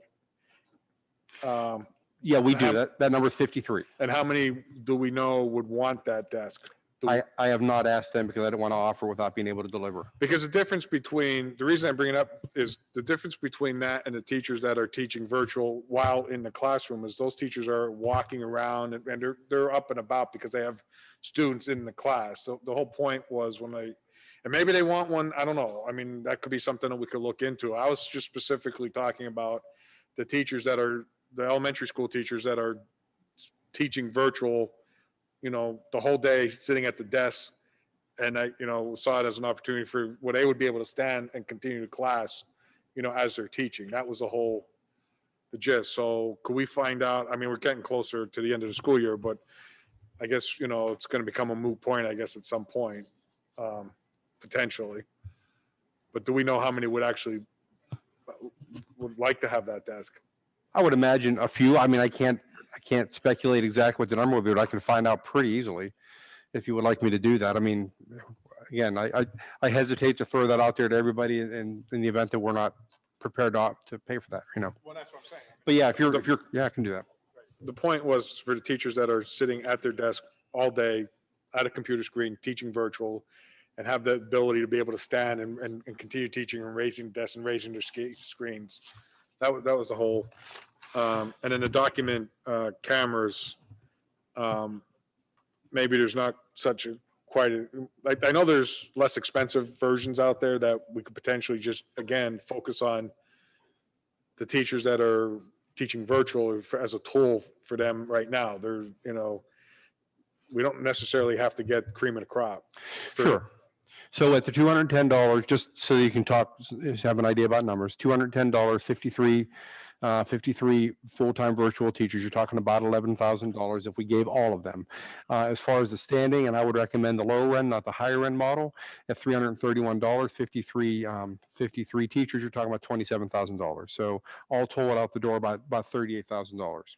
Well, that might be one of the things that we could talk to Mr. Fink about, because that might be one of the things that we could put into the grants that are COVID related from the stimulus package, because there are very specific rules on what you could spend that money on. And this might be something that we could actually spend the money on, because this would be COVID related.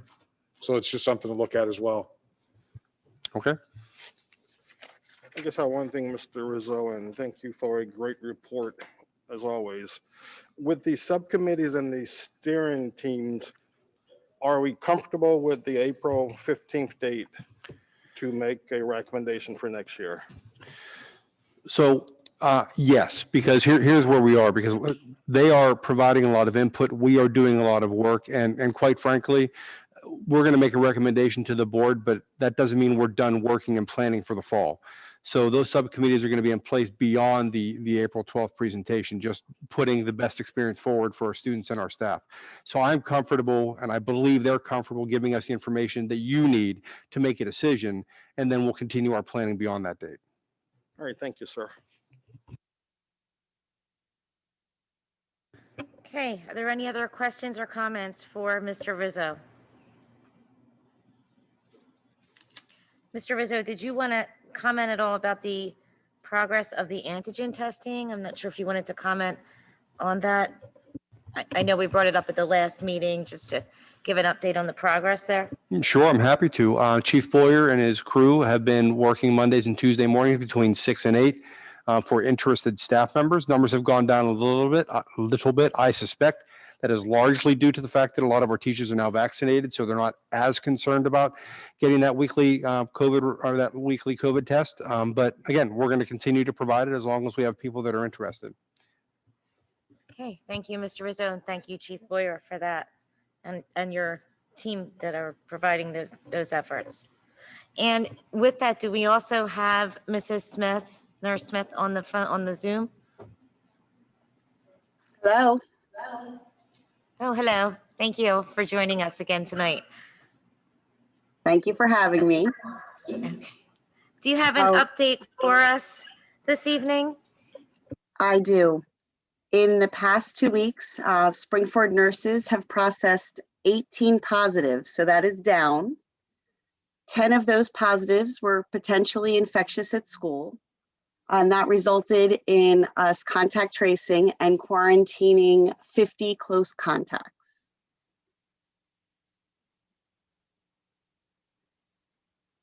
So when you say infectious at school, can you just discern for us potentially infectious at school, but not an in-school transmission, correct? It would only be an in-school transmission if one of those close contacts that we sent home ended up testing positive. And there was no other reason for that positive.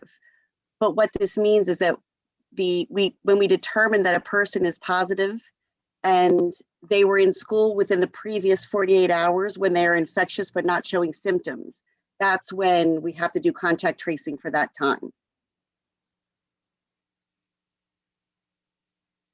Okay, and the nursing staff in general, are you still as, I don't want to say overwhelmed, but working so hard? Have you streamlined the contact tracing process or any of the other processes that you're using to get this going and completed and moving on to some of the other responsibilities, of which I know you have many? We have refined some of our processes. We have not completely done that yet. We have some goals, but it will require educating the public a little bit before we make some more decisions. I think overall, what has happened is we've gotten used to it. And lately, for the most part, we feel that in the past 2 weeks, the numbers have dropped a little. I think a lot of us have seen a little bit of an uptick end of last week and today, believe it or not. But I think it's become a little bit more of a norm for us. So practice makes it a little bit easier to deal with each time. If I could just follow up on that a little bit, and what Ms. Smith is referring to is we have constantly been talking about how we can streamline and make our process more efficient and provide our families with as much information as possible. What we don't want to do is switch systems without clearly communicating with our public so that they think that we're possibly hiding something or skipping steps, because we know the board is not interested in that. They're interested in doing things thoroughly, but still efficiently. So we're going to communicate that information out, and then we're looking at a possible shift in how we do things for the beginning of the fourth quarter. Still doing our due diligence, but doing so in a little bit more of an efficient way. Well, thank you for that clarity. And Mrs. Smith, thank you for your report. I would like to say to the board that if you notice when we do other board and committee reports, that they take place once a month. So there's a bulk of reports that take place at the work session and a bulk of reports that take place at the board meeting.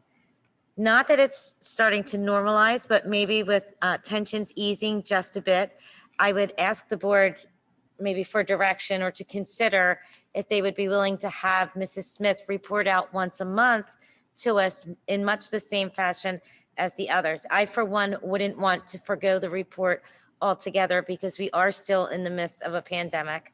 And I think it's important to have her perspective represented at these meetings. But I would propose that we consider going to a monthly meeting rather than biweekly reports, and then hope to have some really substantial information coming from that sector that will help guide us as we continue to get through this issue? What is the direction of the board there?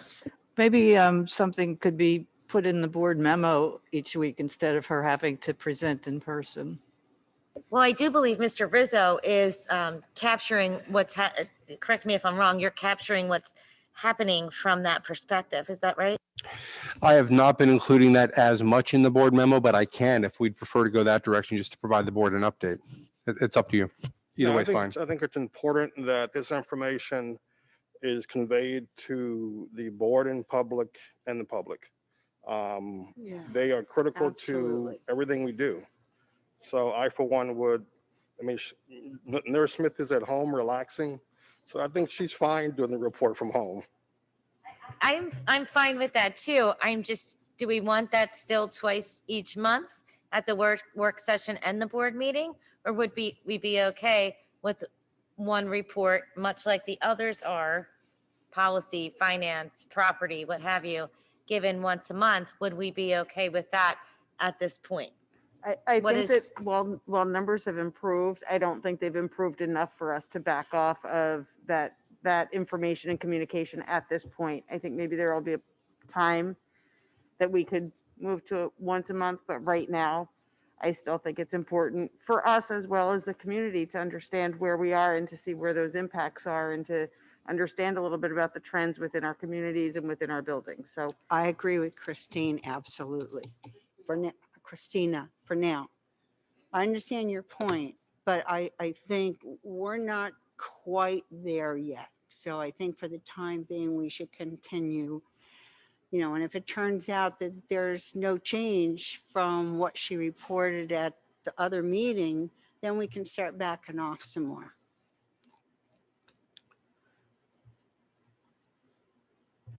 No, thank you for suggesting that, though. I know that you're always looking to get our meetings, as efficient as possible.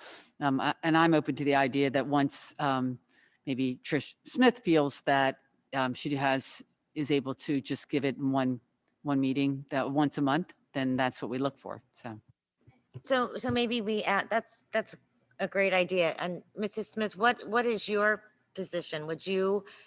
Because we don't want to limit your access to us or to the community in any way, and any important information that you need to share, we're absolutely here to hear it. What is your position right now, though? Do you feel that it's important to remain on for both meetings? And that's absolutely fine. What is your position?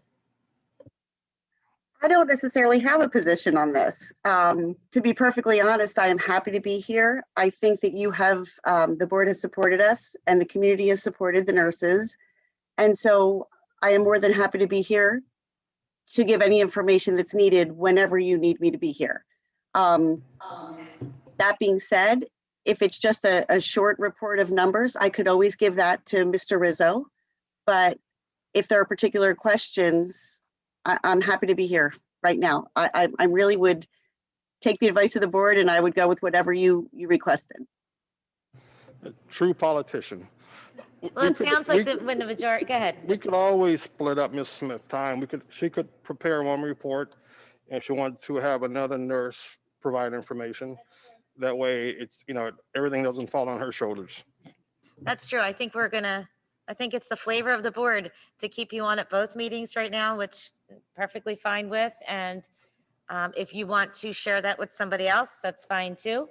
And because we do look to hear more than just about the numbers, but we want to know about the trends and what's happening with you and the nurses. We know that you're leading a lot of this effort to keep our schools open, our kids in the buildings, our teachers in the buildings. So we want to hear from you. We want to support you. So we'll stay with that at this time and maybe consider, as things trend downward in the future, we'll consider at that time moving to a once a month opportunity. Okay. Any other questions or comments for Mrs. Smith before she goes? May I add one thing? Sure. I'm the one that you see each time, but I just do want you to know, Mr. Jackson, I'm not the only one I have a lot of support in these numbers that I give you. It is a team effort. And if anybody had anything particular you wanted us to talk about, I'm sure the nurses as a group would come up with any information for board presentation if you were ever interested. You let us know. Thank you, Ms. Smith.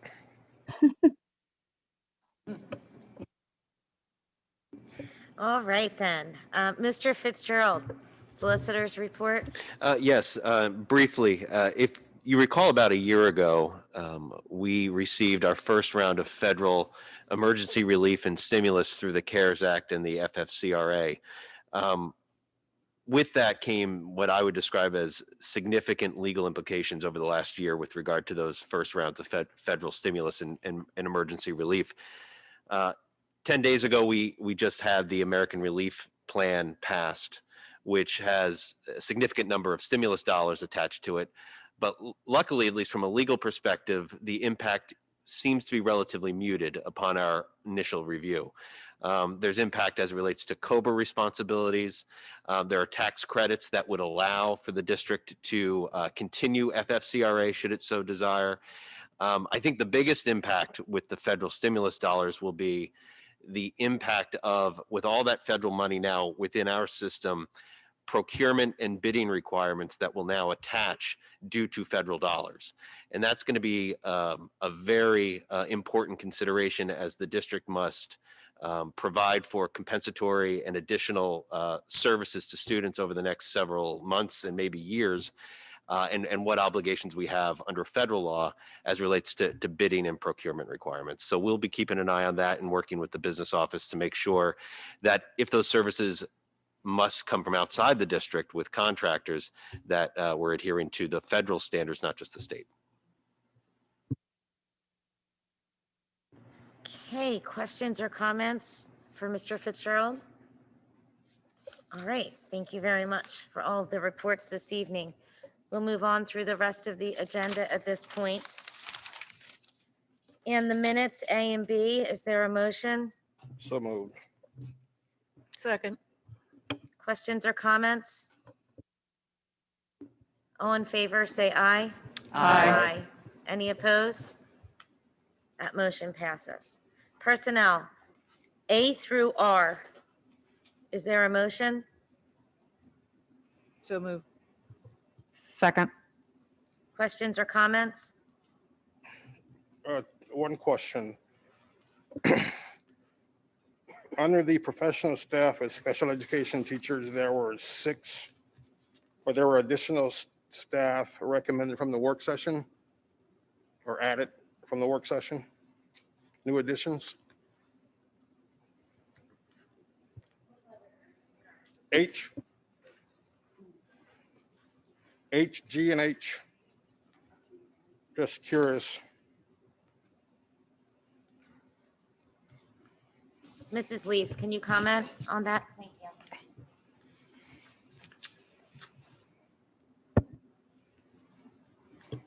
Sure, there's more individuals needed for ESY, and we got their paperwork in, so we were able to add them on this agenda.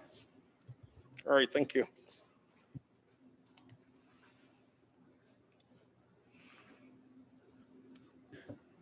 Okay, any other questions or comments on personnel A through R?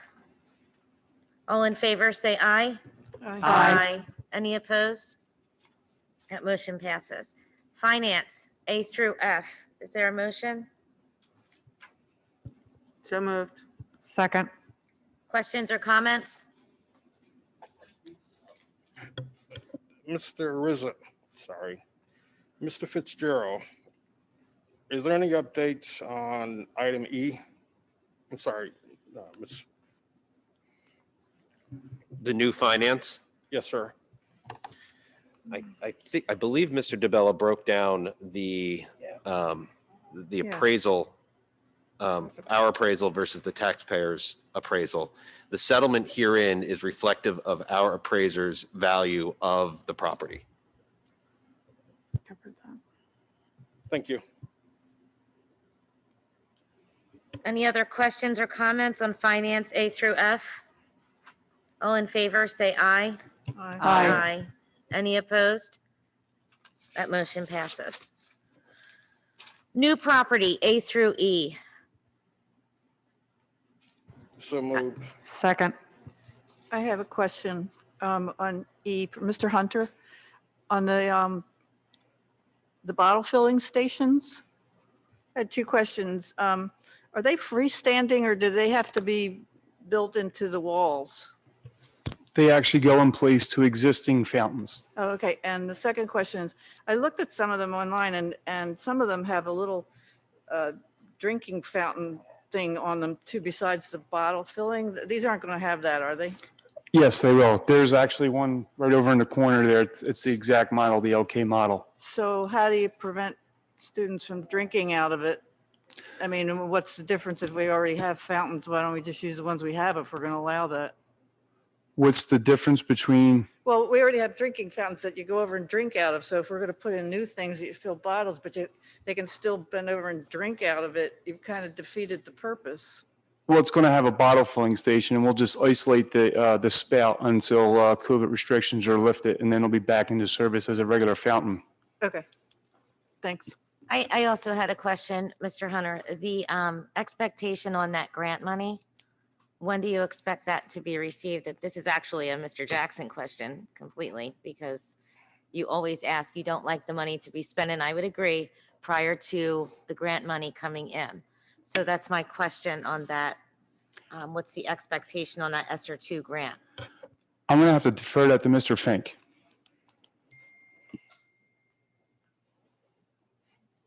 It's a good question. Good question. I'm boxed in. I needed to get up from that chair anyway. That comes in, it comes in as a cost reimbursement. So after it's done, then we can file for the cost reimbursement. And you're going to ask, well, how long is that going to take? Probably as long as the last one took, which was a few months. But you do fully anticipate that that will happen there to cover that? Oh, absolutely.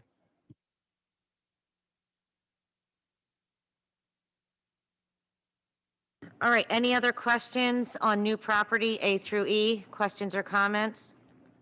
All in favor, say aye. Aye. Any opposed? That motion passes. Programming and curriculum, A and B.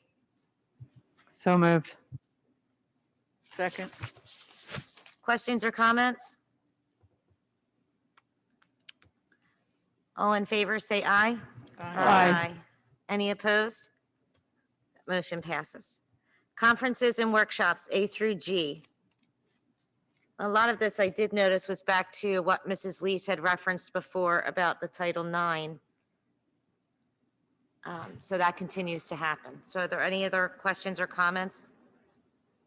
I think we have to. So moved. Second. Oh, okay, sorry. Any questions or comments there now?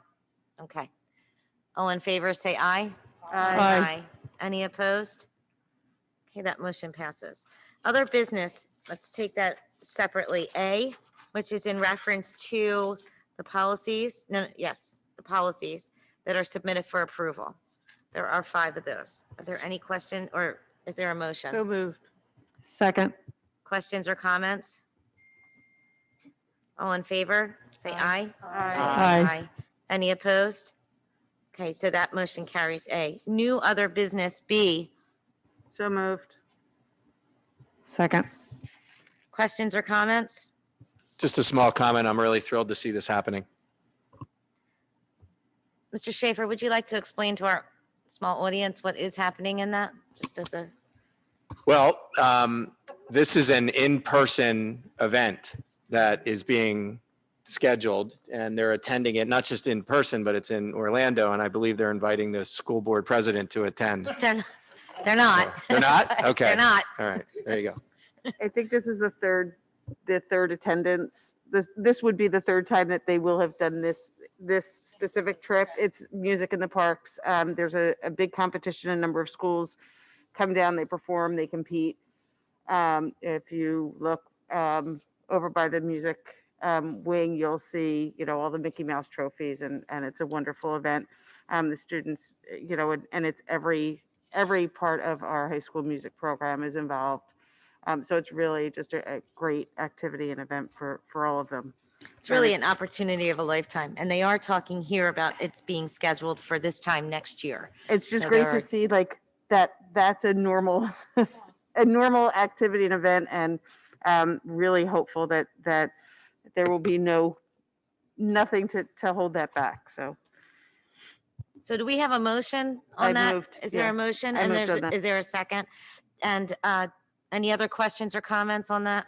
I would agree. This is amazing. Every single year is a great experience for all the students. Last 6 time we brought home both gold, silver, and bronze, so all 3. And the students get to go in the park. So for the students that's never gone, it's awesome. And I think they're doing Universal as well this year, which is new. It's great. Okay. So all in favor, say aye. Aye. Aye. Any opposed? That motion carries. C are just the policies here that are submitted for a first reading, 1 through 12, and we're on to board comment. I did mention earlier, we're not going to do that about changing that committee or board report, but I did want to ask the board, committee meetings, as you know, with the Zoom as it is here for our general meetings, are typically recorded because they're available on the Zoom too. And there's been some question if we make those committee meetings that are recorded available, I guess, for the sake of consistency, access for board members, for chairs to go back, take a look at that information and see that. Just to be transparent, I did ask in the board presidents meetings, which are continuing, I did ask what the other districts in the area do, and they are doing that as well. So I was able to get that feedback. But what direction would our board like to go in going forward with committee meetings? Typically, as I said, they are recorded because there is a virtual piece or a Zoom piece to those. Do we want to make that available? What does the board want to do there? Is there a legal implication either way To the recording of the meetings? to recording and then posting those meetings for later access, like for the committee meetings? The only legal implication that I have in my mind would be a destruction protocol for those for those recordings. I don't want you to have them in perpetuity. So if it's meant to give access to either the community or to board members so they can have access at the subsequent board meeting, I would keep them available for no longer than 30 days. And then they would go away. Yeah, because again, timing wise, something may happen in one meeting a month later, you've moved on to further that, and somebody may just information overlap and cross and that kind of thing could be confusing. I guess my question would be, what's driving this? Whenever, and I love you, right? But whenever I hear the word transparent, what's happened? What was done? What was said to make this a concern? It was just, there was some discussion about it in there before, just with using Zoom. I think it really came out of, are we going to continue to do the Zoom? We have the whole live stream piece still. Are we going to continue to do the Zoom? If we are, to be consistent. And oh yeah, another benefit would be that other board members that maybe can't attend those meetings but want to observe them could look at it, and so could chairs if they want to make sure that they caught everything that they're supposed to be doing in terms of their needs for a next meeting. They could go back and be able to look at that too. So I really think it came though more from what are we going to do about Zoom and live streaming, and Can I maybe going ask forward. a question that maybe we ask the administration if this provides them more work or it's burdensome or cumbersome for them? I just think they have so much going on, the staff, that I don't want to add anything more. So that's my one objection to that. If it's not a big deal, maybe I'm okay with it. But if we're just adding it, because as it is, I feel like there's not a lot of people that attend in person or on Zoom to the committee meetings. So I don't see a high demand for it, but if it's not extra work for them, I don't object. But if it Well, is a actually, lot it more was the work, administration that had asked, and I went to the board presidents and asked them, talked about the Zoom, talked about live streaming, and then, wanted to figure out what it is that they're doing. Not to add to anybody's workload, especially during this, but, for the sake of consistency and the opportunity for, if it's a chair of one of the departments that wants to double check something, or a board member that wants to do it, then hey, I'm okay with it if that's what they want. I'm certainly not opposed to it. I could really, I'm not going to die on the cross on this one either way, if you know what I mean. That this isn't one of those. I agree with Ms. Frazzini. And we serve on 2 committees together, and we don't have people on Zoom. They don't ask questions. People don't come. I mean, and property is the most important committee in the entire district. And we I've heard yes, that we before. know you love property, Clinton. But I agree with Ms. Frazzini. I don't want to put any additional burden on them. I mean, I would love to stop Zoom personally. We keep talking about getting back to some sort of normalcy. That's tied into it maybe for a further discussion. But I wouldn't want to put any additional burden on the administration. I don't want to. And Mr. Rizzo, do you want to weigh in on that? Is that something that you would want or not want, or where are you? Where are you in the? And so at this point, internally, we have access to those recordings. If we need those, if I need to go back and view them, we do have those. If the board would see a need for those or would want to go back and review, a lot of work is done at the committee level. So if you, in preparation for a voting meeting or a work session, want to go back and review, you would have that option. If that's not important to you, I guess I could go either way. I'm used to having them posted. That's kind of the culture that I came from. It's not a tremendous amount of extra work for Erin and her crew, pun intended. But it is, there is the whole, if it's going to go up one day and then come down 30 days later, there is the managing and monitoring to make sure that it comes down in a timely manner. I think we could go really either way on that. It just comes down to whether it's a good tool for the board. I agree with Ms. Fazzini and Mr. Jackson. I don't necessarily agree property is the most important committee. But look, I mean, we're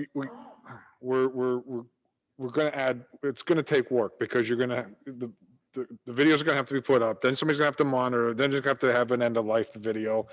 I mean, what are we actually doing? What was the question administration asked? What's the problem we're solving? Because it doesn't sound like we're actually solving a problem. We're just creating more work.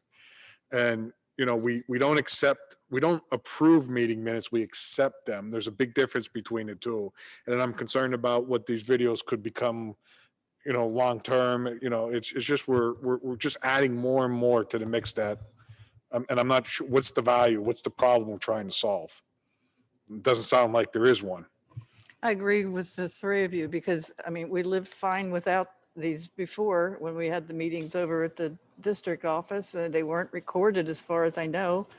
And, like y'all said, there's not much attendance, and somebody's that vitally interested in what's going on, go to the meeting, or they could still be recorded.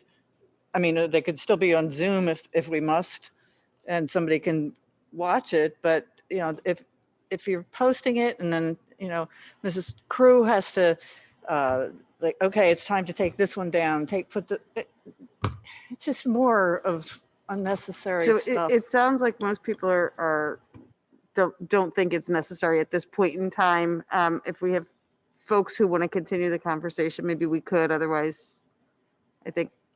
Yep, that's fine. It sounds like the general consensus is we're not going to be interested in doing that and adding to anyone's workload, which is fine. So we'll move on from there. Just a couple of reminders. I know that the financial statements are due. Our background checks many of us need to update those. And there were some PSBA, there was some training that needed to be done for re-elected candidates. I think that was both Mr. Schaefer and myself. And then for the new candidates, there was some new training that needs to be, that's overdue at this point.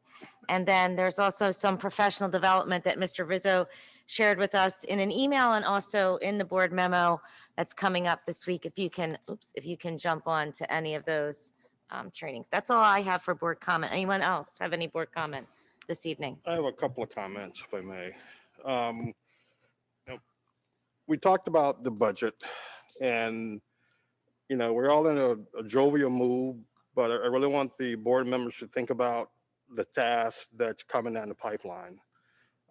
We went through this last year, and I guess I asked you to really think this through, because I would really like to hear, I would like to get this process started and completed. So if there's a way that we can get it done quick and move on, I would really appreciate that from being a finance member. My next item, we're having the vaccinations all weekend, and I heard they went great. I guess my question is, because my understanding was we were going to work with this vendor and they were going to provide all the necessary volunteers and support.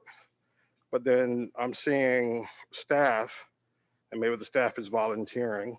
I'm seeing the police department, which they can't be volunteering. So I just want to, someone can just give me a 35,000 view of what's happening, since this is going to occur for the next 3 or 4 weekends. Sure. So we worked with the medicine shop in Boyertown to establish a vaccination site. And it started out with helping with our teachers whenever they became 1As, getting vaccinations to them, and our community members, specifically focusing on our 1A population that are 65 and older. The idea was that we would work with the medicine shop to establish a process, a procedure, protocol, provide a site, help them get up and running. And now we're in the process of transitioning responsibility kind of from us to them in terms of the physical plant side of things. So this week, Aaron and I spoke at great depth today on what we need to do to make sure that we have a bundle ready for the medicine shop to kind of grab it and take over the reins and run with it. So that's a yes or a no as far as staffing? I guess I rambled and forgot the question. I would say that we are, like anything else, we have volunteers. We're not asking our staff to do that. We're offering it to our staff if they want to do that. But essentially, we are providing opportunities for volunteers, but we're not staffing it. But we can't provide volunteers for the police department. Either they're on or they're not. That's my understanding. We can't volunteer their services. I'm not sure that's 100% accurate. I don't know enough about that to be able to say that. I know that there are local restrictions and things that might preclude them from volunteering in that capacity. There are other ways they could volunteer if they wanted. I don't know enough about it to be able to say that. Maybe Mr. Fitzgerald does. If not, I can certainly work with Chief to get to the local authorities. Again, it comes down to us handing it over to them. They're completing a use of facilities, and they're going to decide what they need, what they don't need, and then we're going to provide a venue for them, but let them run the program. Oh, agreed. I think it's a noble act. I just want to make sure that our people are being taken care of if they're out there. Specifically the police department. I agree people can volunteer at their will, but I think if the police department is out there, since they don't have the facilities to monitor that traffic flow and address that traffic flow, that shouldn't be a volunteer item for the police department. That's all. Okay. Mr. Rich. I wanted to just bring up that I attended the online advocacy day today, and so did a couple other board members. Just wanted to bring up a few talking points with the state legislators. We discussed basic education funding, and trying to use a new updated fair funding formula was one of the big talking points. The very big talking point, of course, was charter school reform, which is just a huge cost to public schools. And then the broad mandate relief, hopefully trying to get backing behind passing Senate Bill 73. So those were the main talking points. I thought it was very productive. Was that recorded by chance? Was it recorded? No, they were Zoom meetings. Okay. I don't know that it was recorded. Okay. Thank you, Ms. Fazzini, for attending. Mr. Rizzo, I just want to go back to this past weekend. It it's really great that what the district is doing, partnering with the medicine shop and the community involvement. And, we're doing something special here at Springford to get, as many people vaccinated as quick as possible as far as getting the number of vaccines in. But extending off of what Mr. Jackson is saying, we also have to be careful of when large groups of people start to assemble in a one area.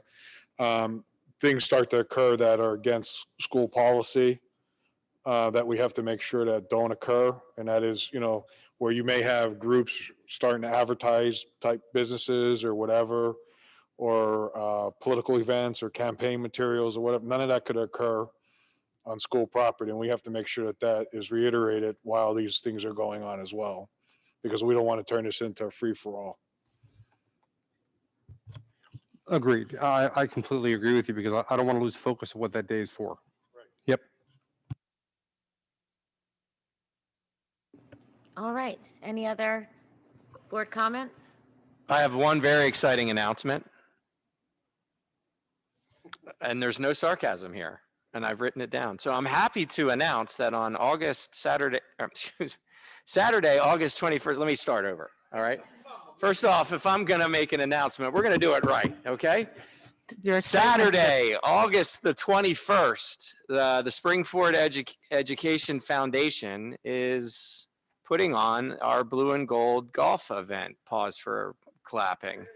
And I'm giving our board president and my colleagues on the board plenty of time to get working on your swing so that come Saturday, August the 21st at Landis Creek at 8 a.m., you will join me in supporting our Ed Foundation. So there will be obviously more communication, Aaron, that will be coming out about that, but this was just voted on earlier this morning, this afternoon. I'm very tired right now. And so I wanted to let everybody know. Thank you. Thank you, Mr. Thank Schaefer. you very much for that. Okay, and on that note, we will have public to be heard. Are there any comments in the room? Oh. Please state your name and address. Abby Deerdorf, 704 Collin Court in Royersford. I just wanted to give a little bit of feedback about the recording of the committee meetings. So there may not be a value added that you all may see, but as maybe one of the only people that do call into those meetings, I have learned a lot just in the past few months where I started attending them, where in these meetings, it's a very brief overview of what is discussed in those meetings, but the meat and the bones and the work is done in those committee meetings. And I've learned a lot and have shared that with other people that are interested as well. So obviously I would never want to add any more work to all the things the administration is doing, but I do see an extreme value in that. And COVID has brought a lot of negative things to us, but allowing us these virtual platforms to extend our reach and community involvement, I think is excellent. So I would recommend the recording of those. Thank you. Okay, thank you.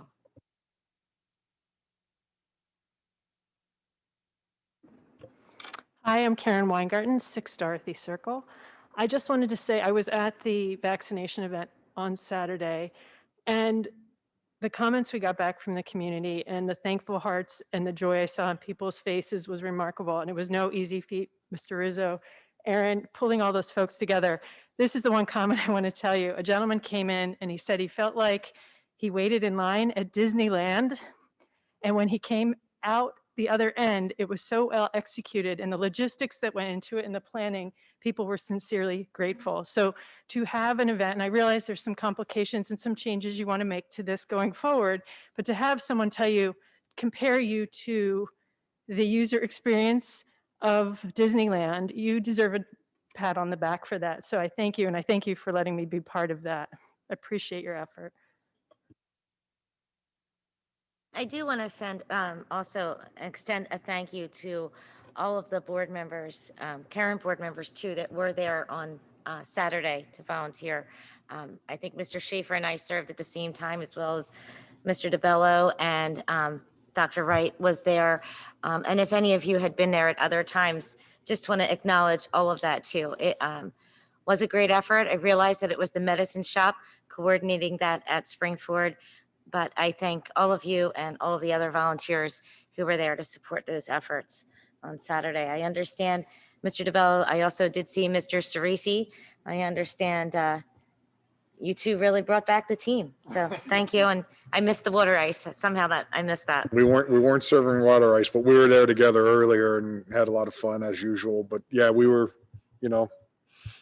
getting people through as quick as we can. It was a great day. Like I said earlier, it's something for the Springford community to be very proud of, that we're able to partner with the medicine shop. But yeah, it was a few people commented, "Oh, you and Joe together again." Great combination. But that's always a lot of fun. But it was a great, and Aaron and as mentioned, Aaron and Mr. Rizzo and everyone that was involved. It's just amazing that they were able to get through 1,000. I believe it was 1,000 vaccines this weekend, and we were out of there by what, 3:00? Yeah, somewhere. Yeah. Yeah.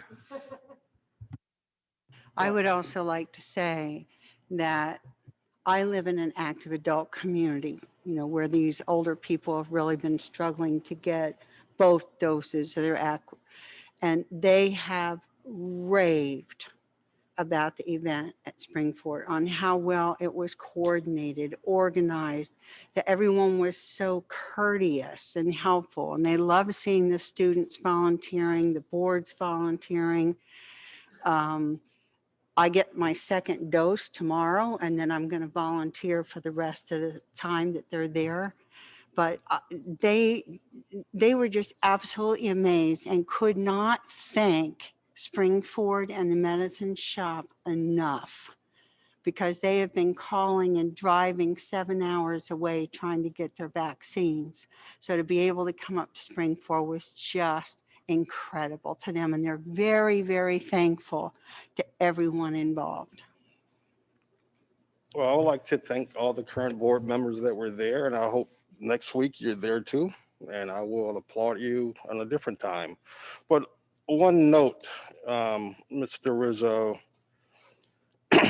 there was discussions of the staff that fell within those definitions of folk who were qualified to take the test or to get the vaccination. Has all of our staff, or do we have any baseline on where our staff is as far as getting the vaccinations, the one who were eligible, including all the teachers, the police department, the custodians, just give a big picture? Sure, that's a really good question. And at this point, I'm very happy to say that everybody in Springford School District and that won a vaccine has had an opportunity to get one. Great, that's the best answer. Thank Yep. you.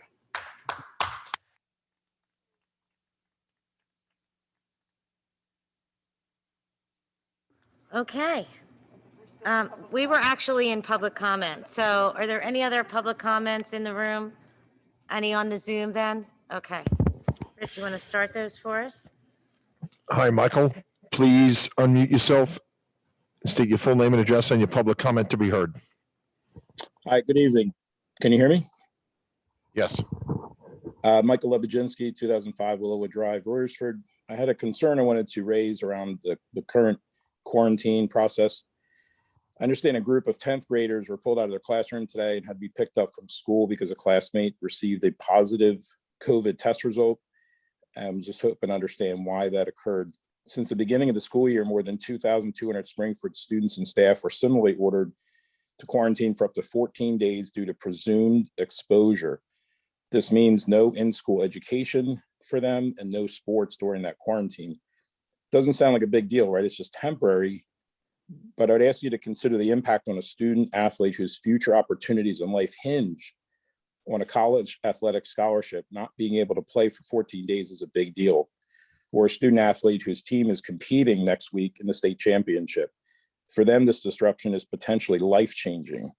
So did the quarantine really keep them safe? Why exactly is Springford ordering these students to quarantine?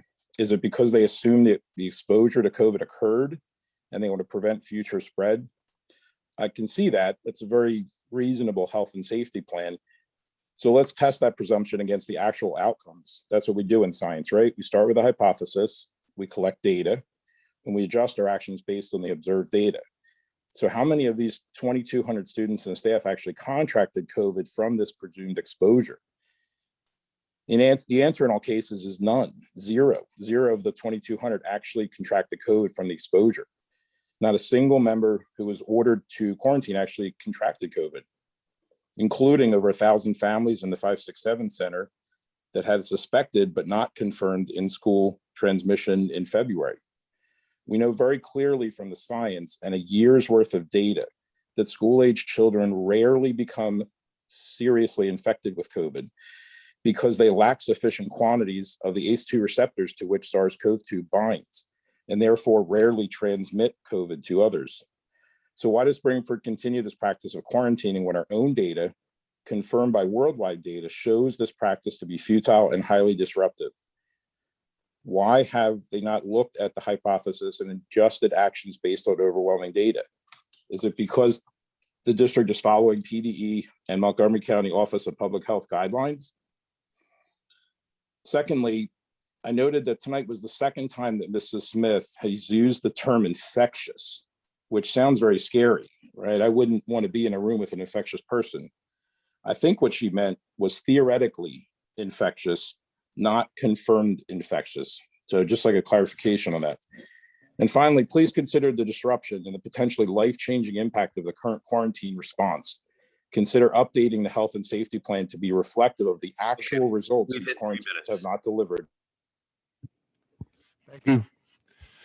John Norwood, please state your full name and address and your public comment to be heard.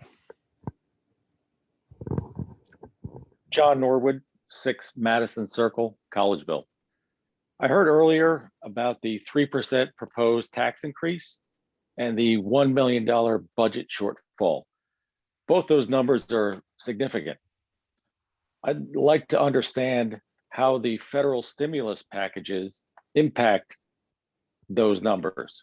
Do they include the nearly $4.5 million that the district is scheduled to get from the latest package? And what about the previous ones? I think the taxpayers need to know. Thank you. Erica Hermans, please state your full name and address and your public comment to be heard. Good evening, Erica Hermans, 204 Abbey Drive. I want to first thank the DEI committee for presenting tonight because I was very much encouraged by what I heard.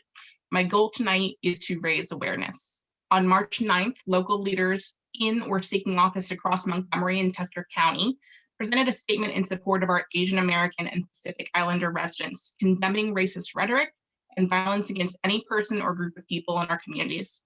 It is no surprise that there has been a spike in AAPI violence since the start of the pandemic, and it was stated earlier that this movement, DEI, is gaining more media attention. And to be clear, that is a direct result of the 3,800 reported cases of anti-Asian violent crimes and incidents, which are disproportionately affecting women and the elderly, the most vulnerable members of our communities. As I understand it, roughly 10% of Springford student body identifies as Asian. So I am asking this board and other local community leaders to make a unified statement in support of all underrepresented and marginalized communities.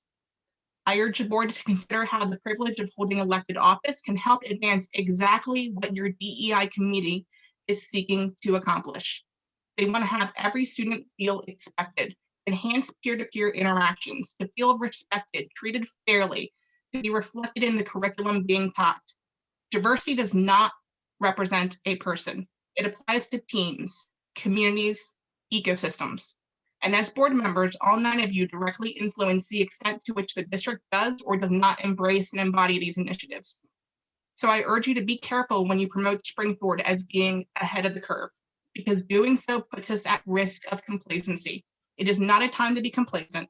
There is no finish line for inclusion, nor should we be congratulating ourselves for acting in a manner that should be commonplace. I assure you the vast majority of your underrepresented populations and their allies would acknowledge that there is much more work to be done. Thank you. Do we have any other comments this evening? Jill, please state your full name and address and your public comment to be heard.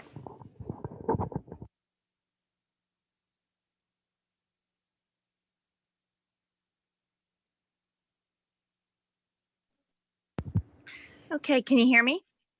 Yes. Okay, thank you. I couldn't hear you.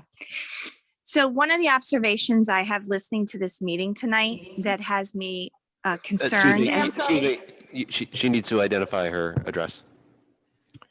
Sure, I'm sorry. Jill Shadler, 247 Hafner Road in Royersfort, Pennsylvania. Apologies. One of the observations listening to this meeting tonight that has me concerned as it harkens back to meetings from the past where the topics become very hard to discuss are board members at the table still not engaged on the topic of budget. As a taxpayer of the district, I would like to see that every elected member sitting around this table, whether you're on the finance committee or not, has reviewed the budget, can speak to the budget, and will come forward with suggestions on how to address it. I'm sure I can be echoed by others that the expectation of performing as an active board member on tough issues, the bar has been raised. You all hold your position until you resign or are elected out and should be fully committed to contributing to this very important top priority. The time you are needed is now, when things are hard. It's easy to be a good board member when things are good. It's tougher when things and hard decisions need to be made. I also would like to raise the question, perhaps for an answer, of a comment made by a board member of increased cost for the virtual school model.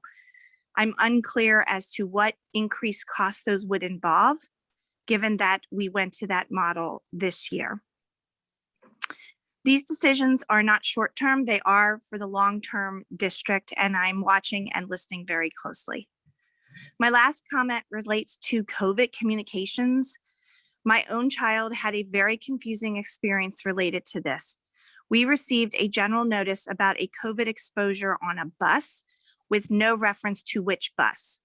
My children are in a dual custody arrangement and ride 2 different buses. Without that information, it is very hard to direct my children on their concerns and their anxiety when they received the notice to the family. So I'd like to ask for additional information and clarity when those things occur. Thank you. Tom McGonigal, please state your full name and address and your public comment to be heard. Hi, can you hear me? Yes. Tom McMonigal, 26 Gailey Way, Limerick. I just wanted to call in. I appreciate the preliminary discussions about the budget. I think bringing it up early is better, given how things went last year. The one thing that's concerning on a couple levels is, to Jill's point, kind of stole my thunder on the last call, but how quickly some board members are to give directive to a committee to go to a 3% tax increase. 3% would be, I don't have the numbers in front of me, I believe the largest tax increase in Springford in the foreseeable past. 3% is also the highest Pennsylvania index in the past 10 years. 3% is a pretty big number from an index perspective. Indexes usually range between 2 and 2.5% over the past 5 years. So kind of convenient that index is at 3% and we're approving a 3% tax increase.